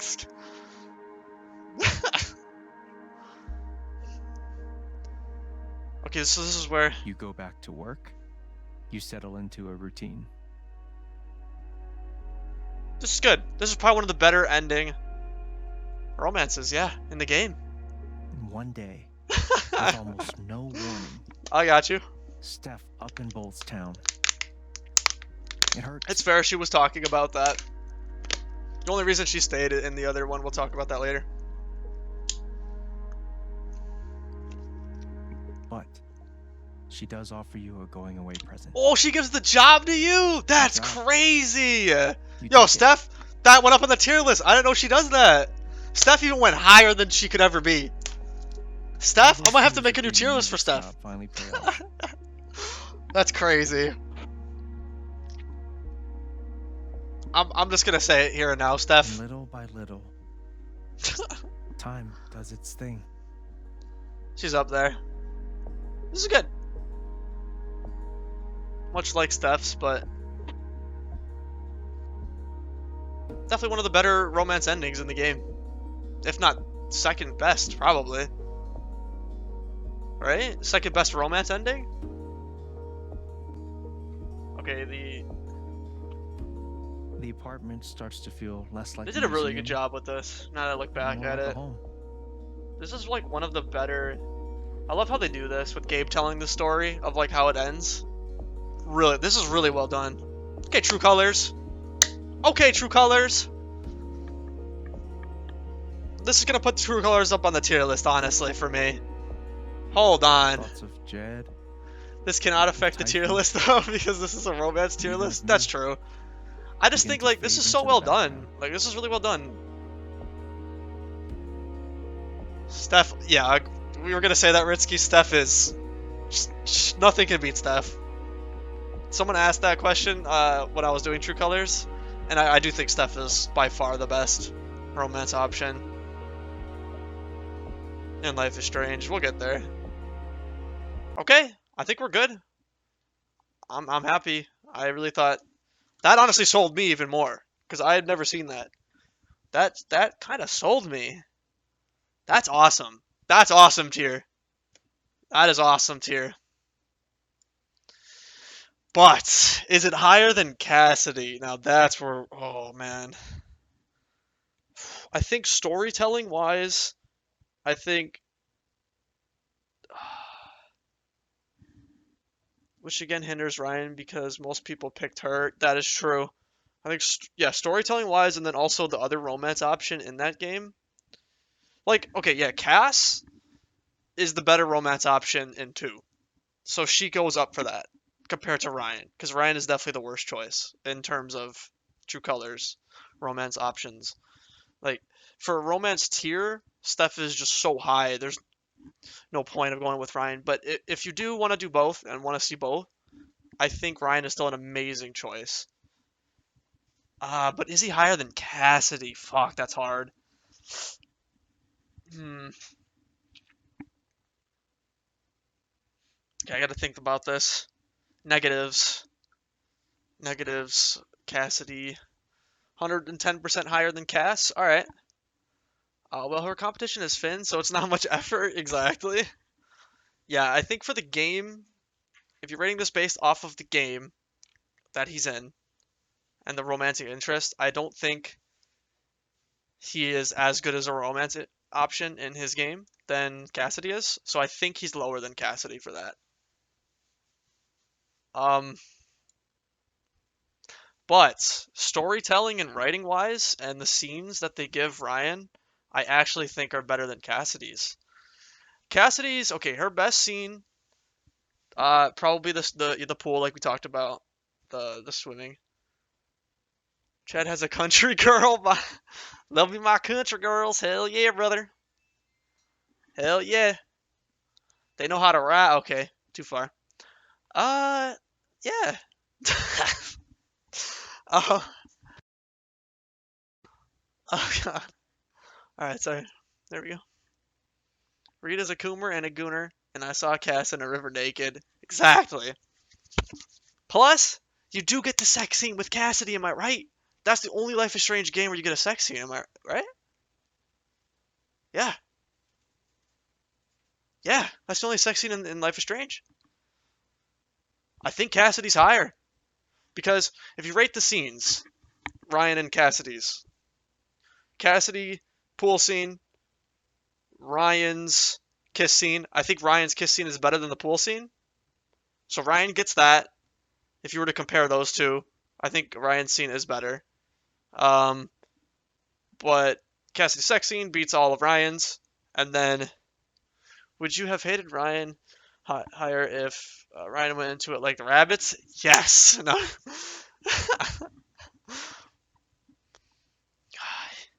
He's so homey though. I'm trying to look at this from like a non-biased perspective. Like if I was to, be romantic, like, be in love with, dudes, and also from the game itself. And I just don't think he's as good as Cassidy is for the character. I think Cassidy is a higher pick, and then I think for Alex, Steph is the higher pick. So I think for that alone, Cassidy is a higher tier. He suffers from the game he's in. If he was in, dude, if he was in Life is Strange 1, oh my god. If he was in Life is Strange 1, think about how much different that game would feel. Cass suffers from the game she's in, and that is why Ryan is a better pick. Yeah. It's just, I think she's better than in the game that she's in than Ryan is. If you guys, if she was in Life is Strange 1, what would we rate him? And you got 5 episodes with him and just as much dialogue. It's hard though, because how would they do that for him?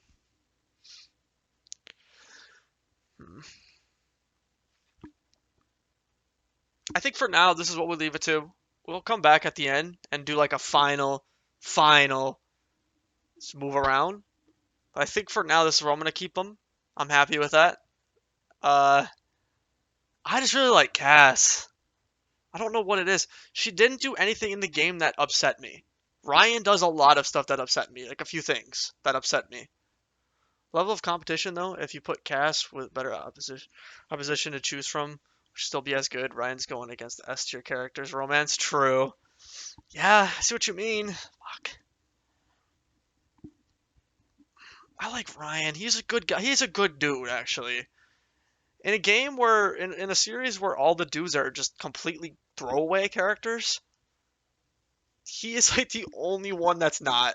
So if we rate it from that, he's like honestly top tier. If we rate him from the only dude, he's the toppest of the top tier.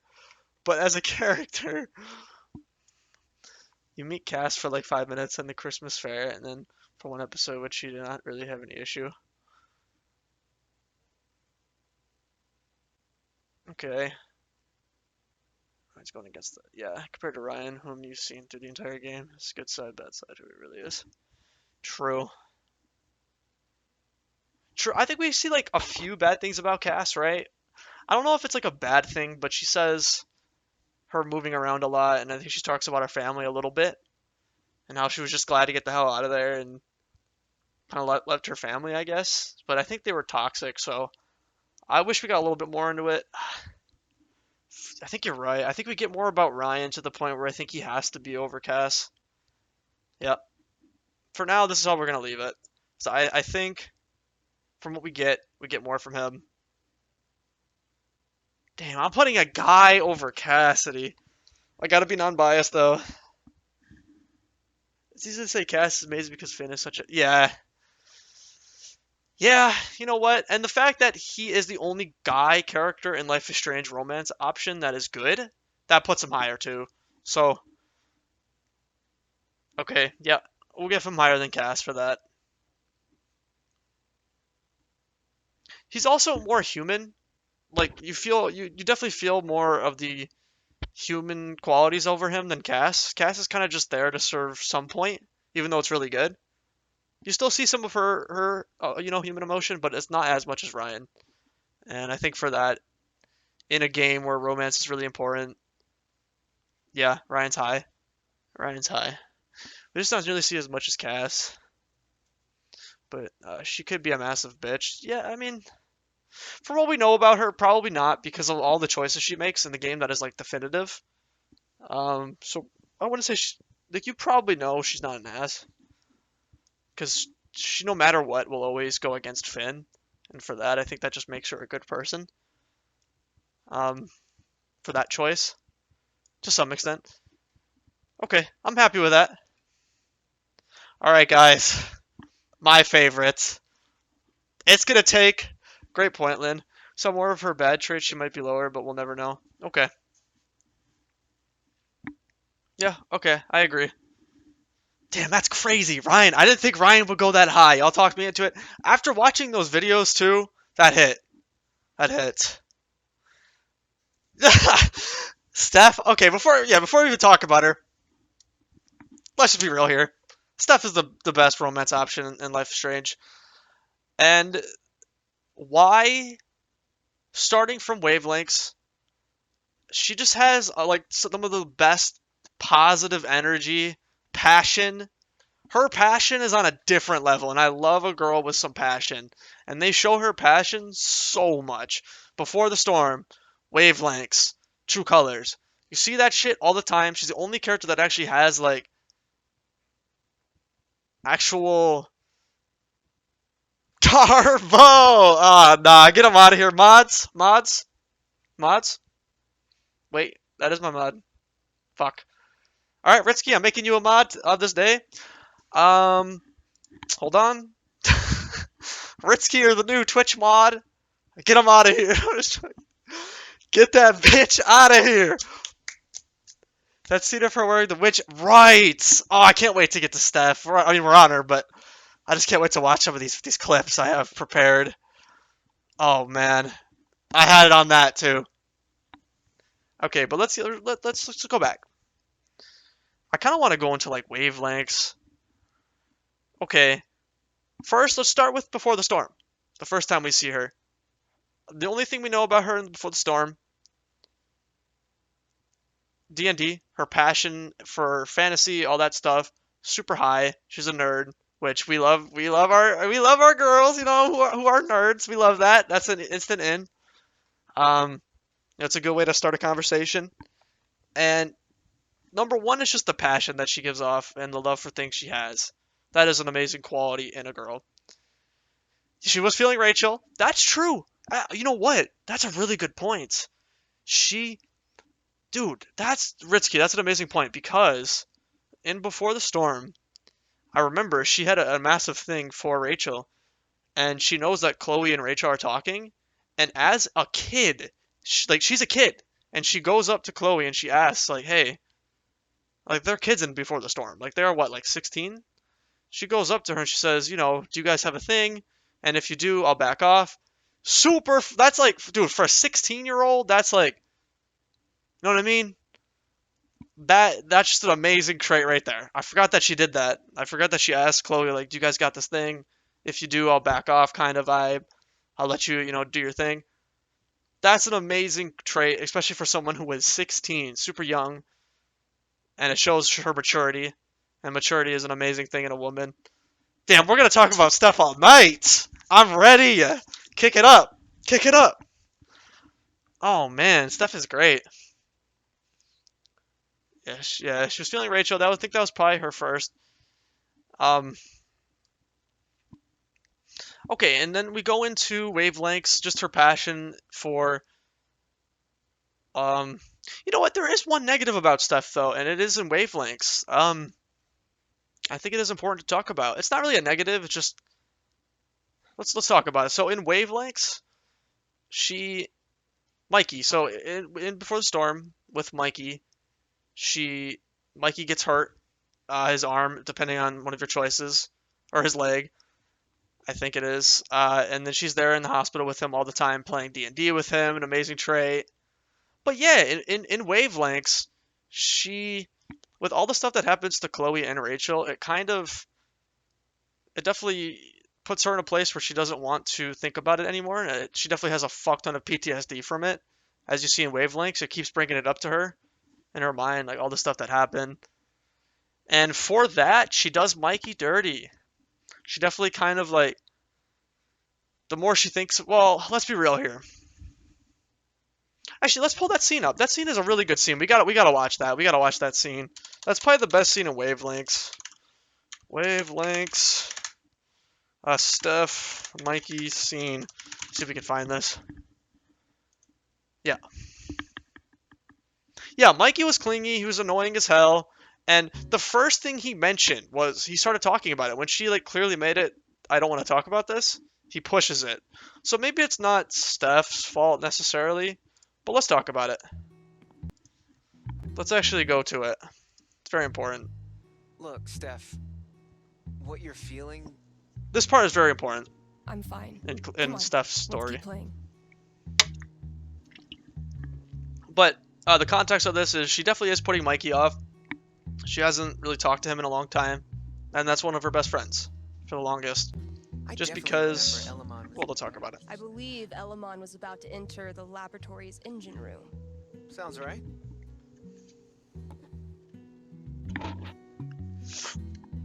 Looks-wise, though, she's high up there. She is high up there on that list.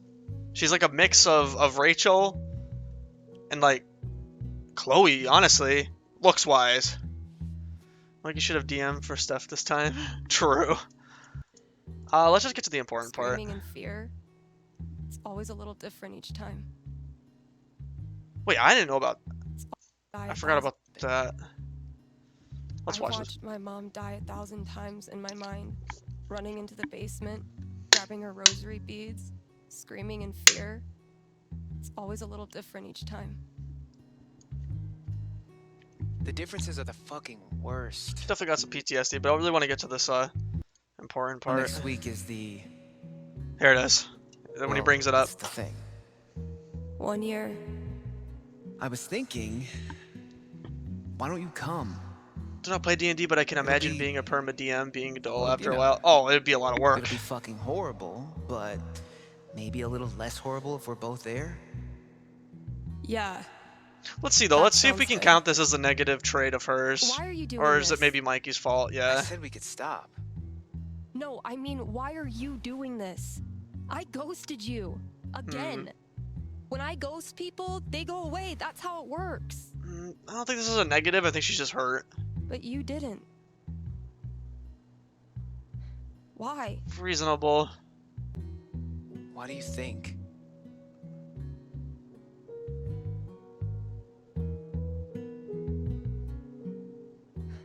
Because I'm such a car wreck of a person, you can't look away even if you want to. We're gonna spend so much time on stuff. I'm sorry, guys. Fuck. She has so much. She has a lot. I've taken a lot of shit from you over the years, but this... We're definitely taking a long time to do this tier list, though. We gotta speed it up, I think. That's why I keep coming back. Aw. In high school, I didn't know who I was without being Steph's best friend. And now when we hang out, This is a good it scene. feels like I'm bringing that part of myself back from the dead. I need you because I'm not strong enough to be my real self without you in my life. That's it. I think here is what's really important It's pretty fucking of her character. Yeah, exactly. Mikey, And I think Steph here notices that, I'm and so sorry. I mean, sure, it's choice based, but they definitely want you to pick that. Life is not Strange. I just feel like you. left, they always want you to Makes pick you feel any better? most of the time. I do this shit to everyone. It doesn't. But continue. Oh no, Ritz. Ever since Arcadia Bay, it's like the moment I start to care about someone or some place, that's it. It's a matter of time before I find something wrong. Okay, And I'm out. that's a good scene though. That's good. From that, it's not a negative. We're happy with that. So let's go into this one. Okay. Foosball Oh champion. my heavens. I don't know. So another good scene, Where- where yeah. you start by talking to her, but she just challenging you to the jukebox. I think that was really cute. But I would block Mikey after that. No, I think she sees this point, and she's like, okay. So that's just another positive, honestly, of hers. Good little scene, cute scene there. Who's what? Trying to cheer her up right here. This is a good scene too. You know, she's going through it. Her best friend just died. And she cares. I think she's the only character who like actually cares about it. Like a lot of other characters care, but not, you could tell it definitely hurts her the most. Can I still hook up? Not important. She's got, you know, a good sense of humor. I love it here. I mean, This whole ARP scene, the witch outfit. Side quest. Yeah. Oh man.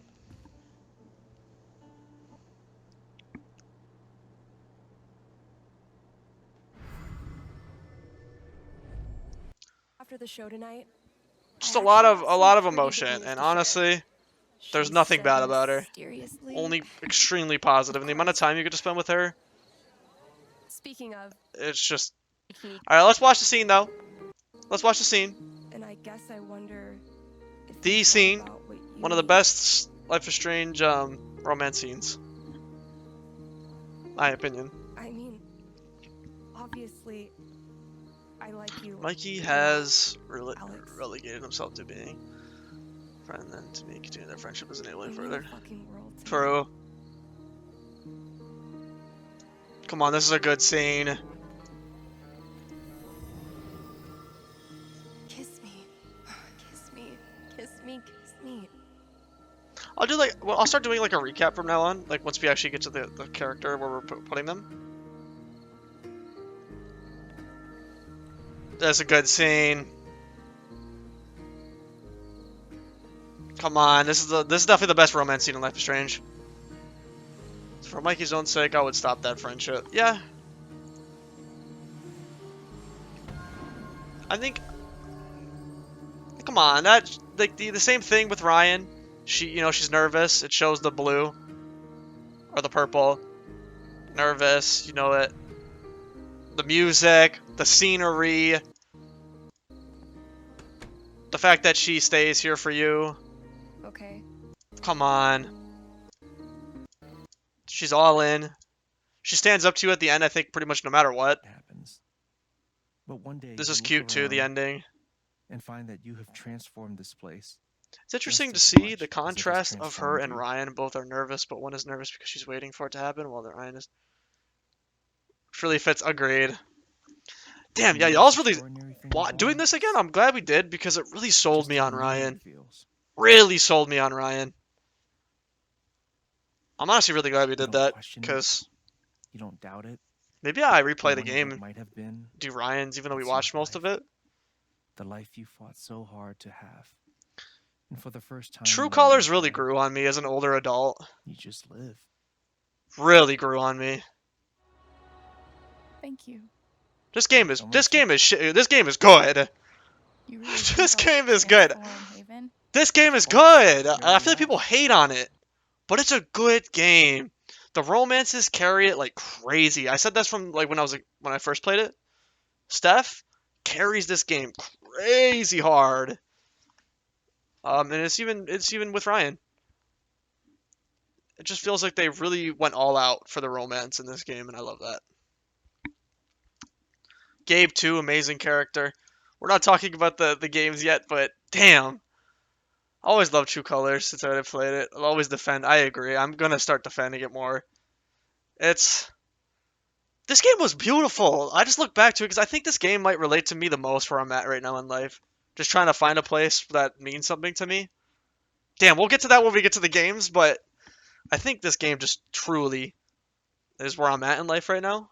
So, it really definitely meant a lot to me playing this now, even before. But beautiful scene as always. And how she stands up for you at the end. I don't remember this. What is this? What the fuck? What is this?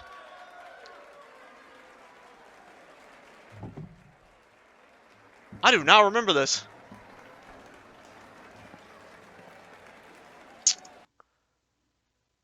Yo, that's so cute. I do not remember this. Old? Hello, everyone. Did we skip I'm Alex this? Chen. Oh, that's good. Peak. That's peak romance. Honestly, one of the best romances in a video game, I would argue. Probably like top 10 in video games. Maybe a little bit limited by some of the story points, but just everything carries. She's just so good. And I think we can stop there with her. Super fast recap on Steph. Before I place her here, I'm going to put her in the best tier. She's definitely in a tier of her own in the video game, of Life is Strange series in general. Amazing, what's the word for it? She's got extreme aura. You feel something with her. The game also elevates it by its mocaps, by the detail of the story. The music, that scene on the balcony is just, that's peak. Damn, there's just so much to talk about with Steph, and I think we did a good job talking about it. We thought we found a negative, but definitely not. Actually, it kind of was even more of a positive than we look at it. So, definitely going to put her high up there in a tier of her own. Can't really say much more. She's just the best. There's not much you can like say that would put her anything lower than this tier. So, peak romance. We love that shit. Now here we go. Here we fucking go. Wait, Amanda could have potential, but it was... Okay, let's get to Amanda. Okay, I'm just gonna... She's worse than Finn. I'm just gonna immediately put her there. She's worse than Finn. And there's a reason for this. A lot of people might say, no, this is wrong. A lot of people might say, you're wrong. You just hate because it's double exposure. I have a very, very, very important take on Amanda and Vin.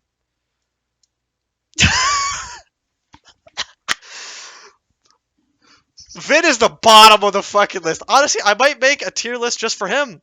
I might even farther down. We have to, right? We might have to make a lower tier for this guy. Is that possible? Can I do that? I don't think I can do that, but if we could, I would put him even lower.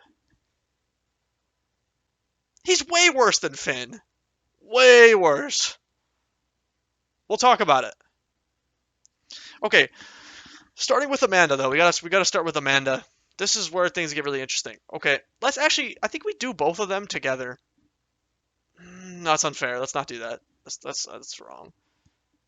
Okay, starting with Amanda. Amanda in Double Exposure, she feels so tacked on. It's just because of the game she's in. Decritted 100% agreed. She's tacked on to hell and back. All the people say that she's a good character have lost the brain power that was in their brain. They are gone. They are cooked. Why? Okay, if you think about it, the endings that you get with Amanda, there is only 2 things that happen at the end, depending on what choices you pick. One ending, if you romance her in the alive world, she breaks up with you because that's weird for her.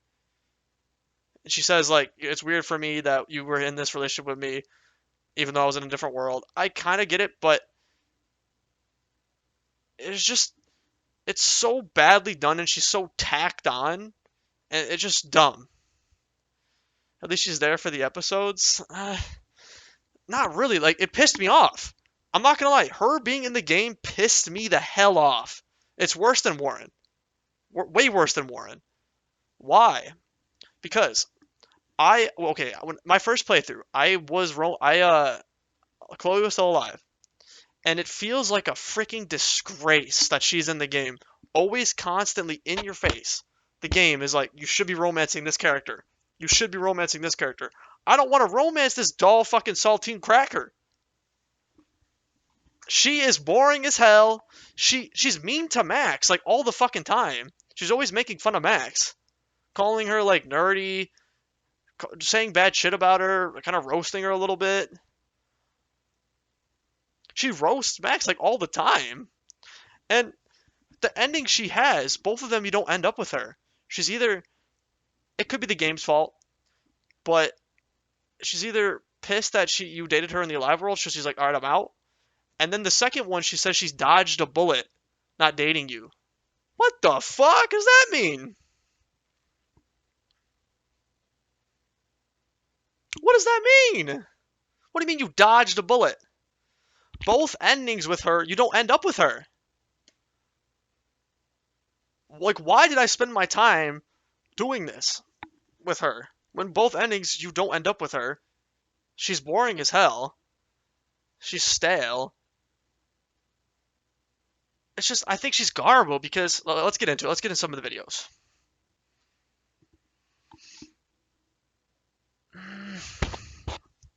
Damn. Well, let's get into it. It's just, my problem is, both endings she has, you don't end up with her. And she roasts you at the end of one of them. Yeah, she definitely suffers from the game she's in the most out of any character. Her and Vin definitely suffer being in the game they're in, 100%. Hard or hardly working? It's just, they force you upon these characters in Double Exposure so much. None of them are likable. Like, you're just forced. Like, I don't want to talk to you, but they still make you talk to them. You have to say no, no, no, no, no, over and over again to this character. Kind of like Warren. Yeah, Vin's a piece of shit. We'll get on that. But, like, Amanda isn't a piece of shit. She definitely is mean as fuck to Max for no reason sometimes.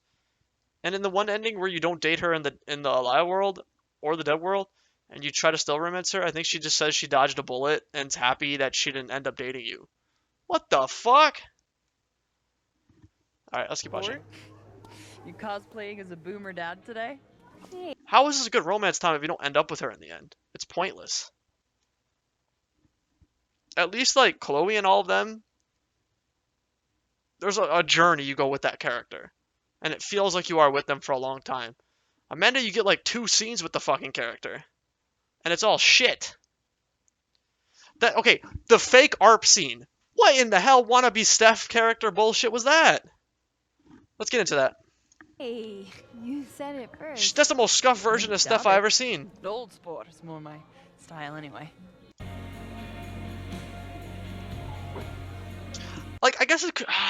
shit, we'll have to get, How like, are we more feeling deep into now? it. Wake. Okay, she does have a good quality where she tries to help Max a lot. And I get that. But that could just be for her further gain. IRL or game at this point. Oh, I mean, we're in the game. We're talking about it as Max in the game. Like, it just sucks. Like, there's nothing good about this. You are such a disaster. Let's keep God, I watching. certainly have the type.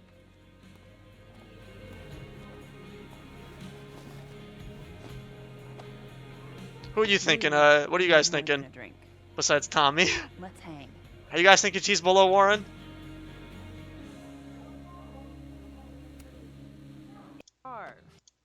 Yeah, this is just boring. Like, this is ass. I'm pissed. I'm pissed watching this. Sorry. And then you got this fake ass Steph scene. Granite Joe is out back smoking up. I take you to meet Granite. Joe is Venture's open. It's just like, it's 13 minutes. It's Hey, ass. Singer. Is she a stage diver?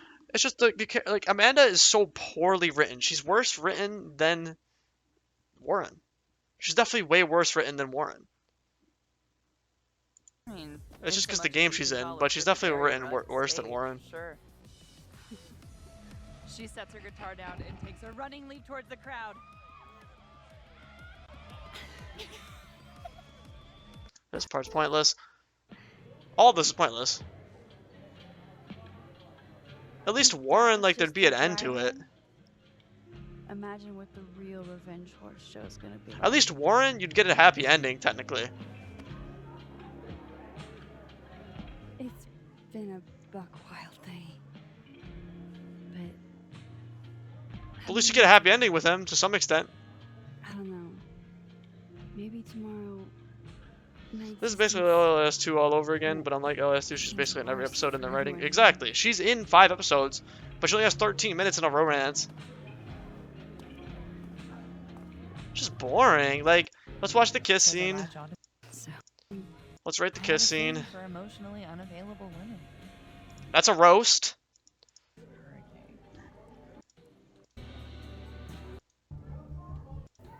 Like, this shit's boring. I'm also very Trying to break me? Oh my lord. Okay, the song. Let's rate the song and the feelings. I don't feel anything. The song is okay. It's kind of cute. It's honestly a disgrace. Like, that's what I see. That's why I hate Amanda and Vin so much. It's a disgrace to go from Chloe to this character and to be forced upon this character.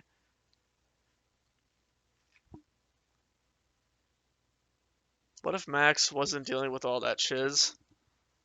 But she is. And it's from the game's perspective. And especially if Chloe's still alive, this shit is a disgrace. This shit should just be completely out of the game. It's just a disgrace. Like, how are you gonna go from that to this? When do you get off? Like, you went through all that shit, and then you'll... hour. I don't know. But before we do anything else, I'd like to be able to tell my therapist for now. I mean, okay, that's decent quality, I guess. She cares enough to, like, take it slow. I think that's a good quality. That's it. That's it. That's pretty much it. And it ends at the end of the game. Both choices, it ends. She doesn't want to be with you.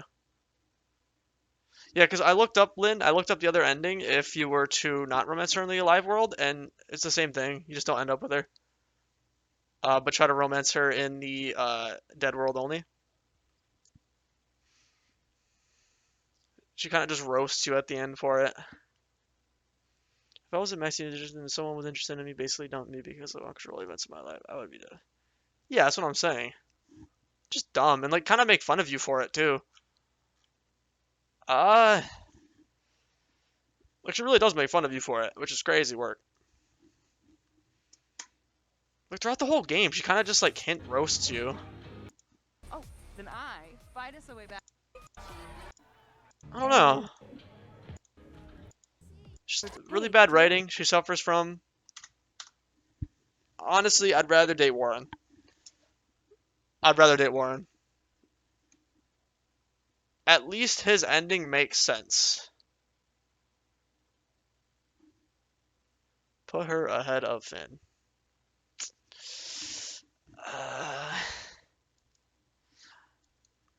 Yeah, I guess like at the end of the day, she doesn't make as bad choice as Finn does.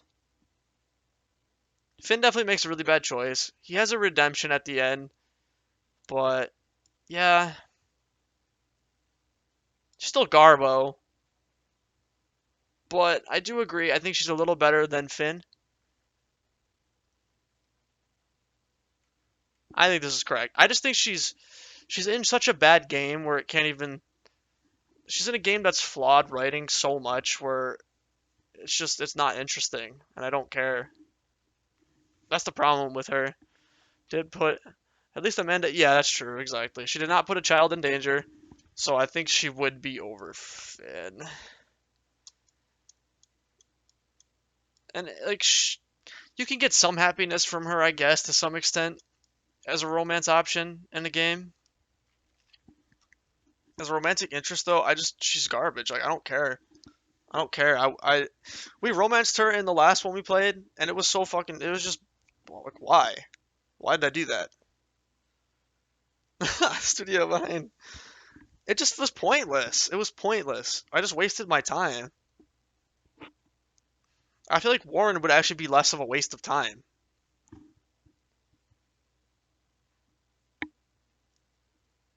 Yeah. Garbo. Putting her higher than any of these other characters, you're just crazy. I'm sorry. Alright. Now we go to Vin. We'll go to Vin. Oh, Vin. Let's, the first thing that rubbed me wrong with Vin. Let's talk about that. This is the first thing that rubbed me wrong with Vin. I need, like, a scene pack with this man. Okay, we'll keep this, and then we'll also do, Vin scene pack romance. Yeah, no, we definitely wasted, buddy. Life is Strange. My man doesn't even show up. Hold on. It's because I spelled his name wrong.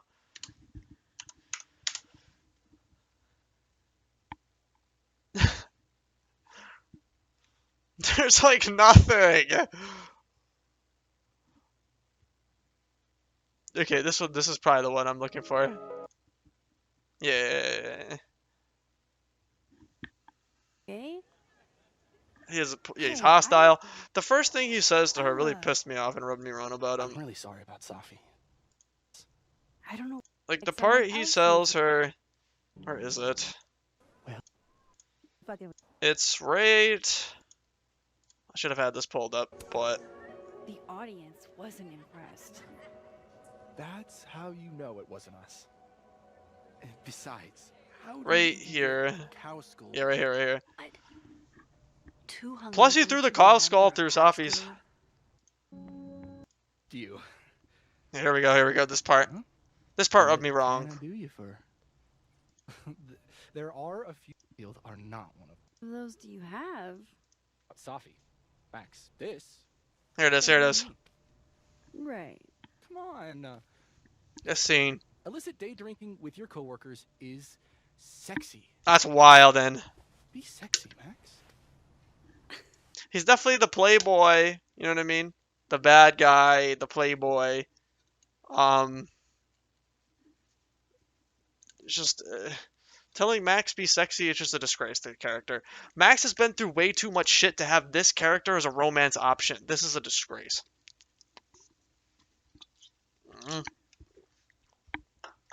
How are you going to make a character that has so much meaning like Max does to the audience and then make this character a romance option for her?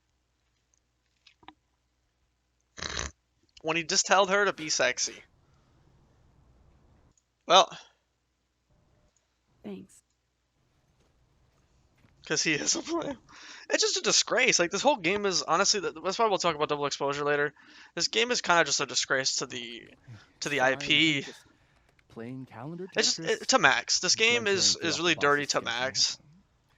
Anyway, As a character we love so much. So,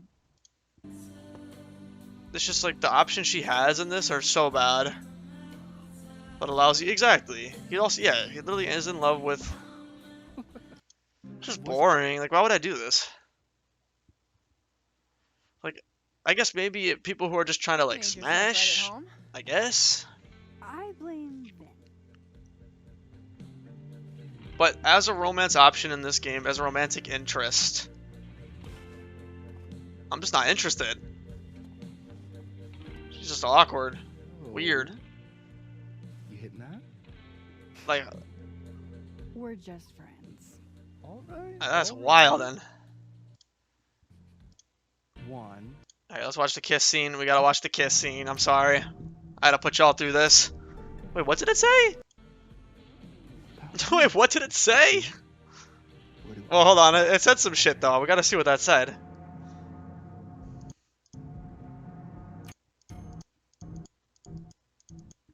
This is a major choice. Would you like to continue with this choice? How is this a major choice? This does nothing.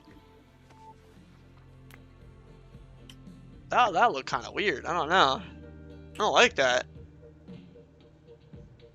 My dick just went inside itself. Major choice. This game should have like a thing at the top right. This choice will not matter. Thanks, Vin. I thought Amanda romance would be something after episode 1, but it just bottoms out. Agreed. Ritsky, I am curious about your thoughts. I did want to give Amanda maybe a little second thought here. Vin, we're very sure he's... You know what? Hold on. My problem with these romances are they're just so poorly written with Double Exposure. And I'm just not interested. As a romantic interest in the game, I'm just not interested. I would actually rather just have Max be single than be having to like talk to these characters. It's just pointless. They roast you. The ending is both shitty with Amanda. Let's go back because we do got to put these. The writing is horrific. Yeah, exactly. It's just so bad that I can't put them anything above than Garbo. But we do got to talk here. Do we think Amanda could be brought up to possibly better than our guy Warren? Tom is saying that she is above Warren. I don't think so, because Warren, I actually think at the end, if you were to date Warren, it would actually at least have an ending that could make you happy, depending. Depending, I guess, on the last choice you make. Double Exposure's rating is so bad that every single character, Maxine included, suffers really badly. Vin is just a rat. Yeah, he's just a rat. Yeah. Amanda romance just goes nowhere. That's my problem with Amanda. Amanda's actually goes nowhere. Vin's? Then more than Vin's. Like, hers is worse than Vin's ending. Isn't a piece of shit. Yeah, that's true. Throughout the game, like, she at least kind of cares about Max. She does, like, roast Max on occasion, but I think it's just playful. It's nothing too bad besides, like, the last thing she says to Max. That she feels like she dodged a bullet with her. It's definitely just a joke, but it just kind of feels rude. It's a little rude, especially after Max went through all of those things that were against her will. And she's like, "Oh, I dodged a bullet." It's like, all right, saying that to a character that we have like this much feeling for at this point is that's kind of crazy. But I don't think she's above Warren. I agree, but she definitely can be in the tier. Okay. I don't know. Telling Max that the relationship should hold off due to Safi is pretty devastating. Yeah. It's like, I'm going through shit. Well, I'm going to put you through more shit because you're going through shit. Ah. Bad. Okay, at the end of the day, Amanda, she can get put up into the ets here. Not as good as Warren, but she does at least have some redeeming qualities where she's nice. She does care. She does bring over food. What else? She definitely suffers from all the writing in the game. Her ending is even worse than Vin's. It goes nowhere, both ways, no matter what you choose. And it's just pointless. It's a pointless romance. I think Warren has a better romance option. Like, I see where they wanted to go with Amanda, but she's boring. Exactly. She is super boring. And the LARP scene was like a fake stuff, and it just pissed me off. Moses is in a worse position, so you can't really, yeah. Yeah, so I think she's definitely, yeah, okay. Well, we'll say she's better than, of course, better than Finn, because at least she's not toxic. She's just boring. Bad writing. I'm happy with that. Okay. Now, this is the hard one. Do we think Finn is better than Vin? Ooh, that's tough. Okay, they both do something toxic in the game. The one thing that Finn does as toxic is he, obviously, he has a child, steal money for him. Vin throws something through Safi's thing to get back at her, kind of weirdish, romance issues. And then he also just tells Max to be sexy, bad writing, everything. Like, at least Finn had decent writing and a decent ending to his romance. Like, at least it felt complete. It's just that Double Exposure is just such an incomplete game. Even his ending feels like it's pointless. At least Finn, it felt like it had a point. It felt like it furthered Sean's character a little bit. Vin is just... he is just slapped in this game to be a character. So I think he's worse. I think he's worse than Finn. Yeah, at least he had a redemption. Yeah, Vin's just a rat, weirdo, creep. He's going in the worst. I think he's the worst romance option in this game. In Life is Strange series. It's just the writing, the game he suffers from. You disagree? You think Finn's worse? Okay. Let's see what you think. I'm curious. Why do you think that is? I think at least Finn had an ending. At least it felt like it was complete to some extent, where he was like, all right, I'm sorry or all this. Finn easily worst? All right. I don't know. I guess, like, the only thing redeeming about Vin is he's kind of fun, I guess. Yeah, Vin did not put a child in. Oh, didn't he? No, he didn't. Only Lucas did, technically. That dude from D is just a sleazer. Yeah, he's a sleazer. It's tough. But at least, like, Finn has redeeming qualities, though. And some things he does are really good in the game. He only makes one really bad choice that puts him in this list. Damn. I think because this is the end. This is the end. We gotta pretty much wrap up everything now with this list. Okay. I'm gonna leave it at this. What is his biggest crime? Smashing Safi. Just being like a sleazy motherfucker, telling Max at work, be sexy, to be sexy. It's just the writing, and then on top of that, pointless, both endings. He's just tacked on. Like, he's even more tacked on than Finn, Cassidy, and it's just annoying. Like, I don't want to talk to this guy, but I have to. He's just annoying. Like, I think his biggest crime is being in a game that Max is in, a character that we love so much, and being such a bad romantic interest. Especially after she had Chloe as a romantic interest.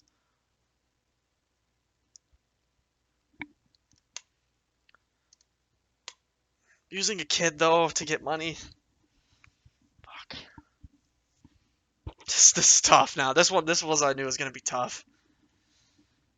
Damn. Yeah, I'm glad we put Amanda in now that I'm looking at it. She shouldn't be with these two.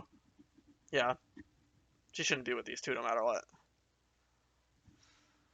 So are we judging like who they are or what would rather date? A little bit of both. Because like I feel like that kind of deals with what, you know, if you would rather date them or not. By like who they are.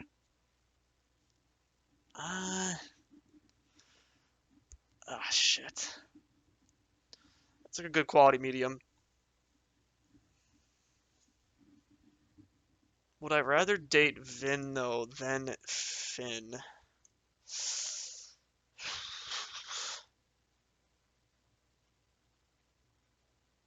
That's tough. That's so hard. I don't know. At least Finn seems like he can be genuine. So can Vin, though. Vin did help us. Vin was actually the only person being boring while Finn just has qualities I'd want to date. Yeah. It's just Vin, I guess he did help us when we wanted to go against Lucas. He did help there. But he did end up backing down because he said some shit to him. So that was another bad quality. Probably said he's gonna sue, so Vin was like, alright, I'm done. I'm done. Or just offered him money either way. Sleazy motherfucker. Sleazy. It's gonna abandon the best characters for that shit. So hard. I mean, Finn's nice for the most part. Like, he doesn't do anything, like, super weird besides the David situation. Plus, that scene where they play Smash or Pass shows that he's, yeah, 100%. Yeah. That's what it felt like for everything in Double Exposure. They just added so much shit to, like, fill screen time. And it's like, we'll talk about it, but they should have just, they could have added so many better things. They could have added a scene where they show us Max actually working. She's a teacher. Actually show us her working. Maybe give a good like hour or two backstory of Chloe and everything that happened afterwards, depending on both endings. You know, all that stuff. That was what we needed in Double Exposure. Since I'm still trying to sort out through a pretty bad breakup and do not really want to put myself into a relationship, even fictional. Yeah. Okay, that's fair. Just remember, I get a whole lot of Amanda in that time. Yeah.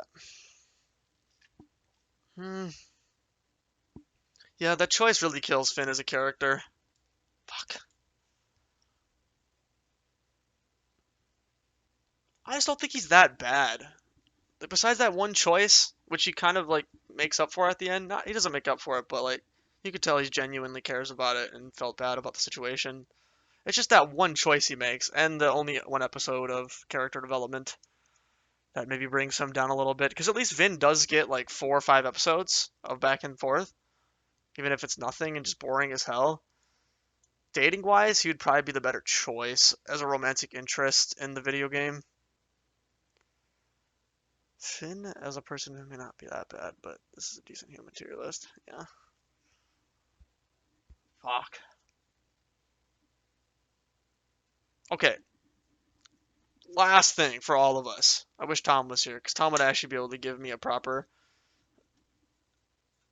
Because Tom hates everything, so... No. Let me think. Dating, I would rather date... Okay, but in the game they're in, let's talk about this. In the game they are in, do you think Vin is worse romance than Finn? Finn and Vin. It's just so hard. I think it goes nowhere, even more nowhere than Finn. So it's like,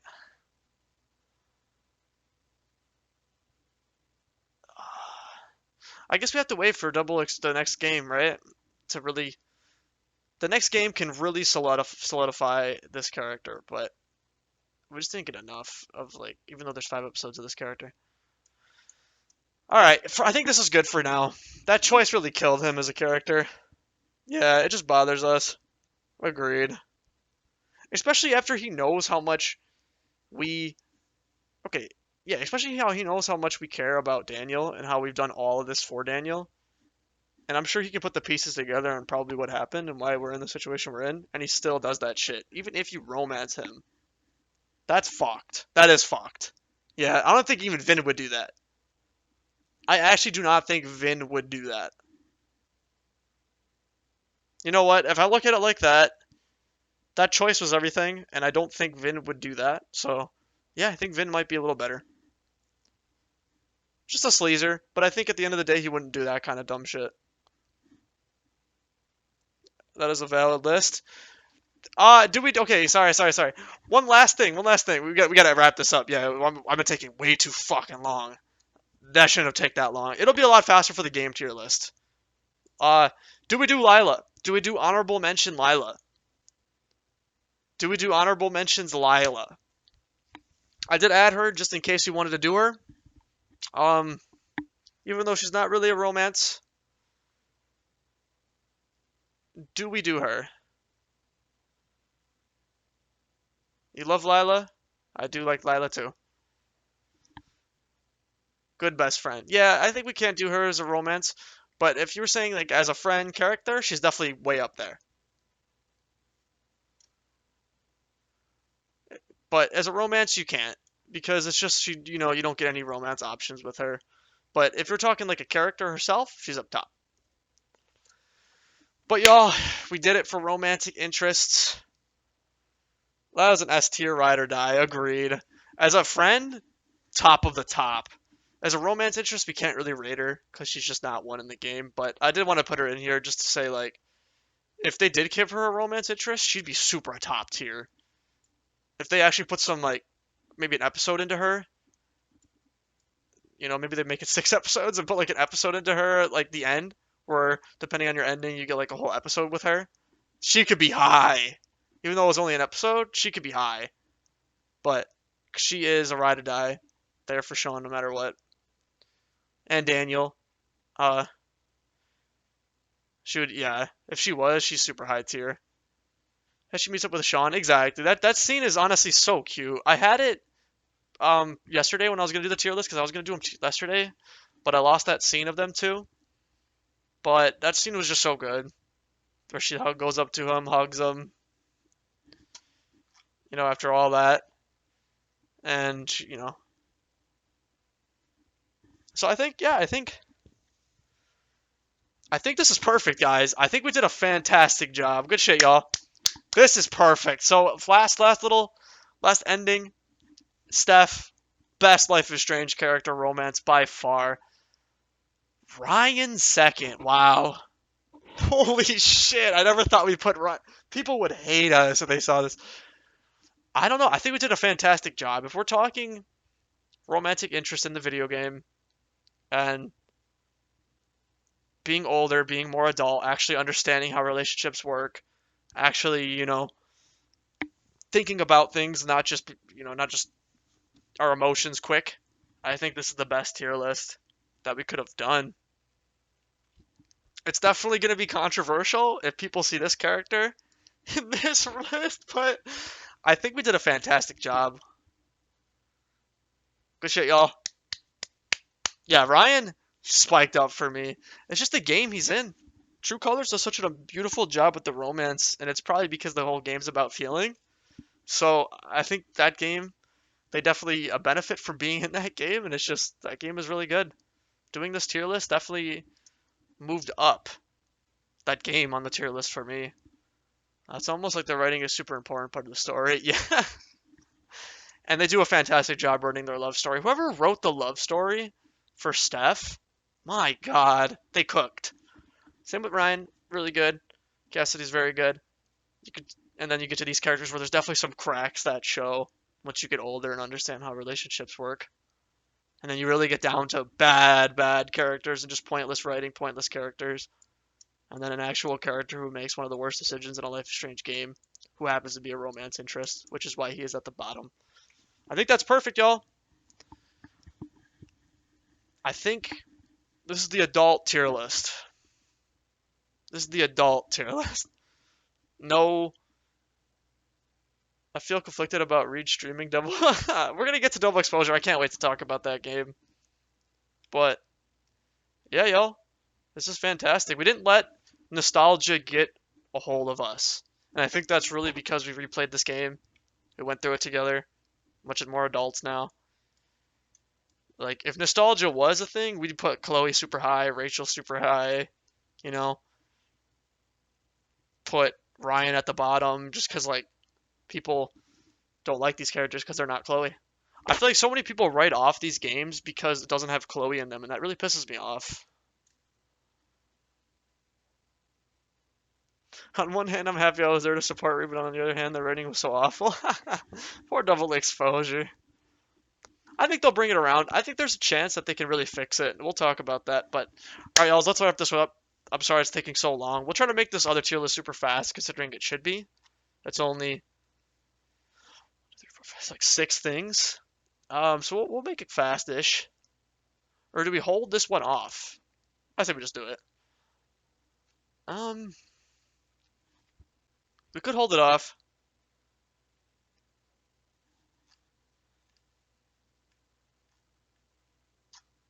But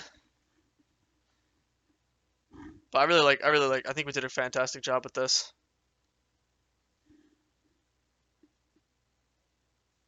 I am very happy with that.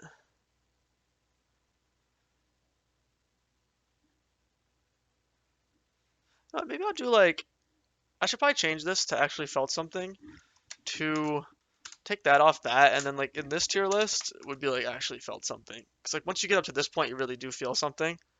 Maybe even potential is there, but I think it's good there. Deliverable for the storm. Despite my lack of interest for the type of power, I thought True Colors was pretty good. Yeah. Do we hold off, y'all? Do we hold off to do the game tier list? Did we take too long? I do want to give this a long time too, because it's pretty important. Damn. Do we hold off? Do we farm it?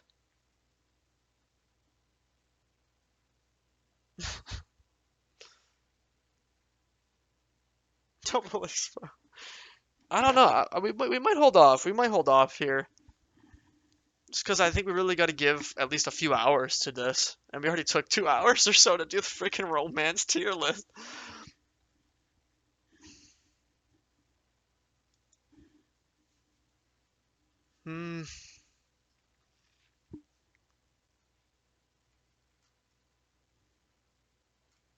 Yeah. Maybe we do it tomorrow. I just want to give it the proper time. I don't want to have to rush through it. I'm thinking.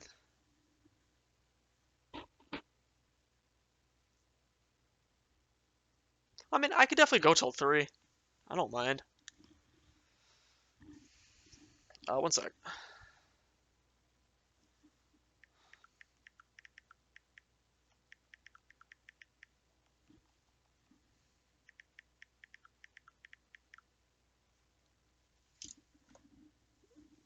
Are you off tomorrow? Okay. Yeah. Yeah, I want to give this the proper time it deserves.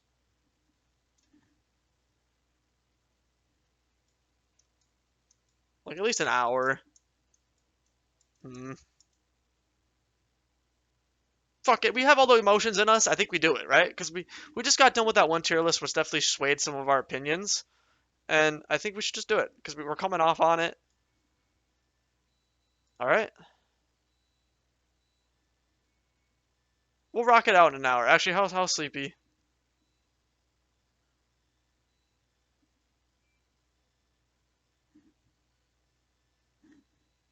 hell?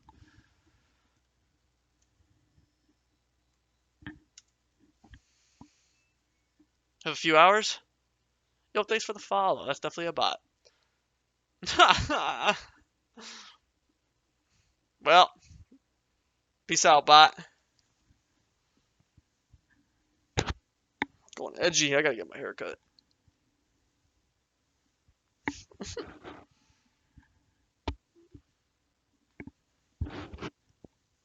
It's been fun, bot.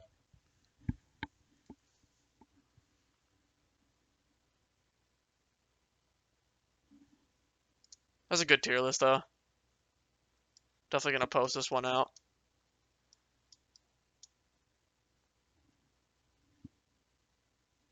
I like this one. We did a fantastic job.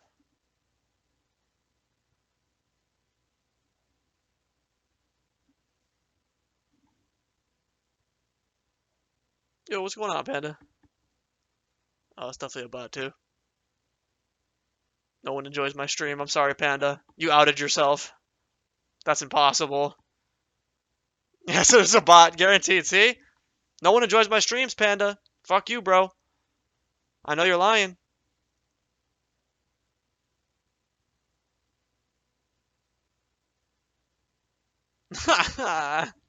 I'm trolling.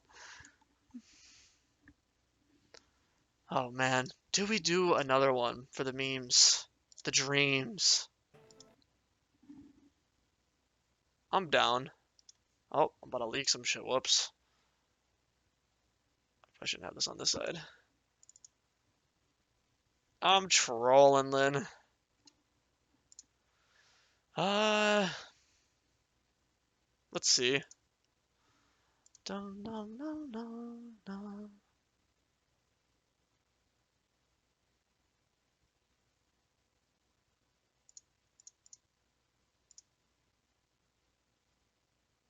All right, I think we.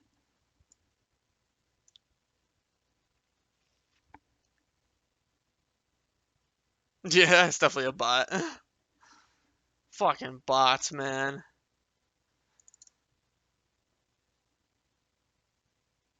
Yeah.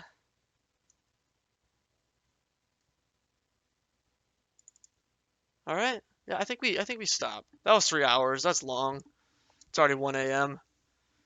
We could definitely just do this tomorrow. We'll remember what we remember, and then I think we'll just yeah. 3 hours. That's about when I end, anyways. Are you streaming my stream? Yo, Sergio, thanks, man. I appreciate it. Sergio, I know all the lurkers. Do you guys want me to do the last one, the game tier list? I could definitely do it. No, I say for Sergo, I like that. He spoke up. I know it's not easy. I'm also a lurker in Twitch streams. Was it? Fuck.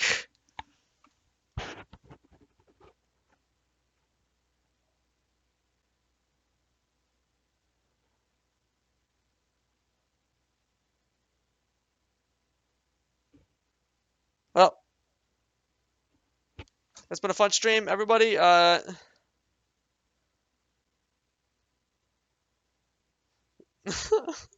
How did I not think that's a bot? He literally has like 50 letters in his name.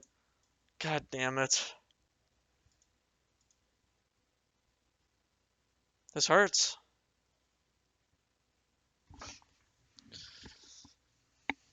Yeah. Thanks for coming in, y'alls.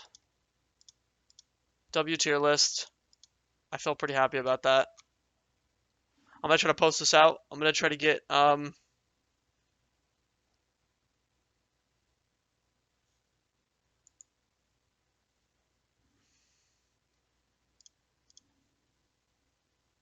gonna try to get all these out on like YouTube. Put them out on the shorts. Try to get this beautiful information out there because I think we did a fantastic job. And I know people like to see these opinions, especially for a game that, you know, I feel like doesn't have like the biggest YouTube audience in a way of like people getting that, you know, getting their opinions out. I know it's been a while since the game's been out, but So when are you making the contract to read Cinematic Universe Discord? True. That could be smart. That'd be fun, actually. I just don't know, like, it would really just be a few people.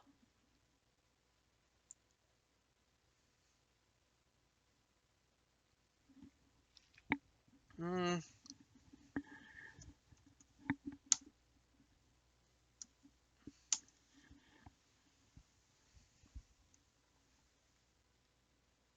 True.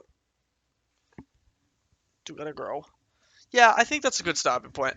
We will rock this shit tomorrow. Thanks for coming in, everybody. I know a lot of people came through. Appreciate it.